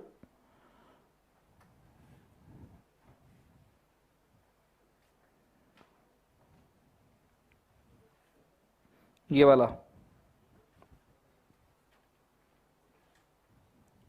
पेज नंबर भी मेंशन किया in case you have question. या 1.9 और 1.10 पेज नंबर का है क्वेश्चंस, ठीक है? ये हो गया। उसके बाद में थर्ड वाला, दिस वन, डेली 4-5 सवाल रहने वाले हैं, ठीक है? रेडी रहिएगा। आपका 1 आध घंटा 10-10 मिनट पर क्वेश्चन भी देखा तो 1 आध घंटा सिर्फ क्वेश्चन आंसर राइटिंग में जाना चाहिए, तो फायदा है अपने को, ठीक है? This is the third question.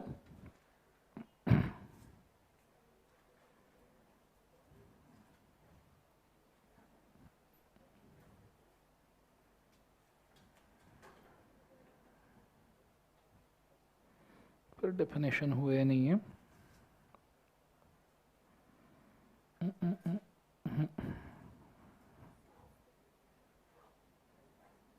ठीक है, फाइन, 3 ही काफ़ी है क्योंकि आज हमारे डेफिनेशंस नहीं हुए, तो बचे हुए हम नेक्स्ट इसमें लेंगे, ठीक है? चलो आज के लिए हम इतना काफ़ी करते हैं, लिख के लाइएगा। आते से ही कल पहले क्वेश्चंस डिस्कस होंगे, कोई दिक्कत होगा तो उसके बाद में आगे बढ़ेंगे, ठीक है? चलो, good day, God bless you. Thank you बोलो बच्चों, जोर से बोलो। चलो, good day, God bless you guys.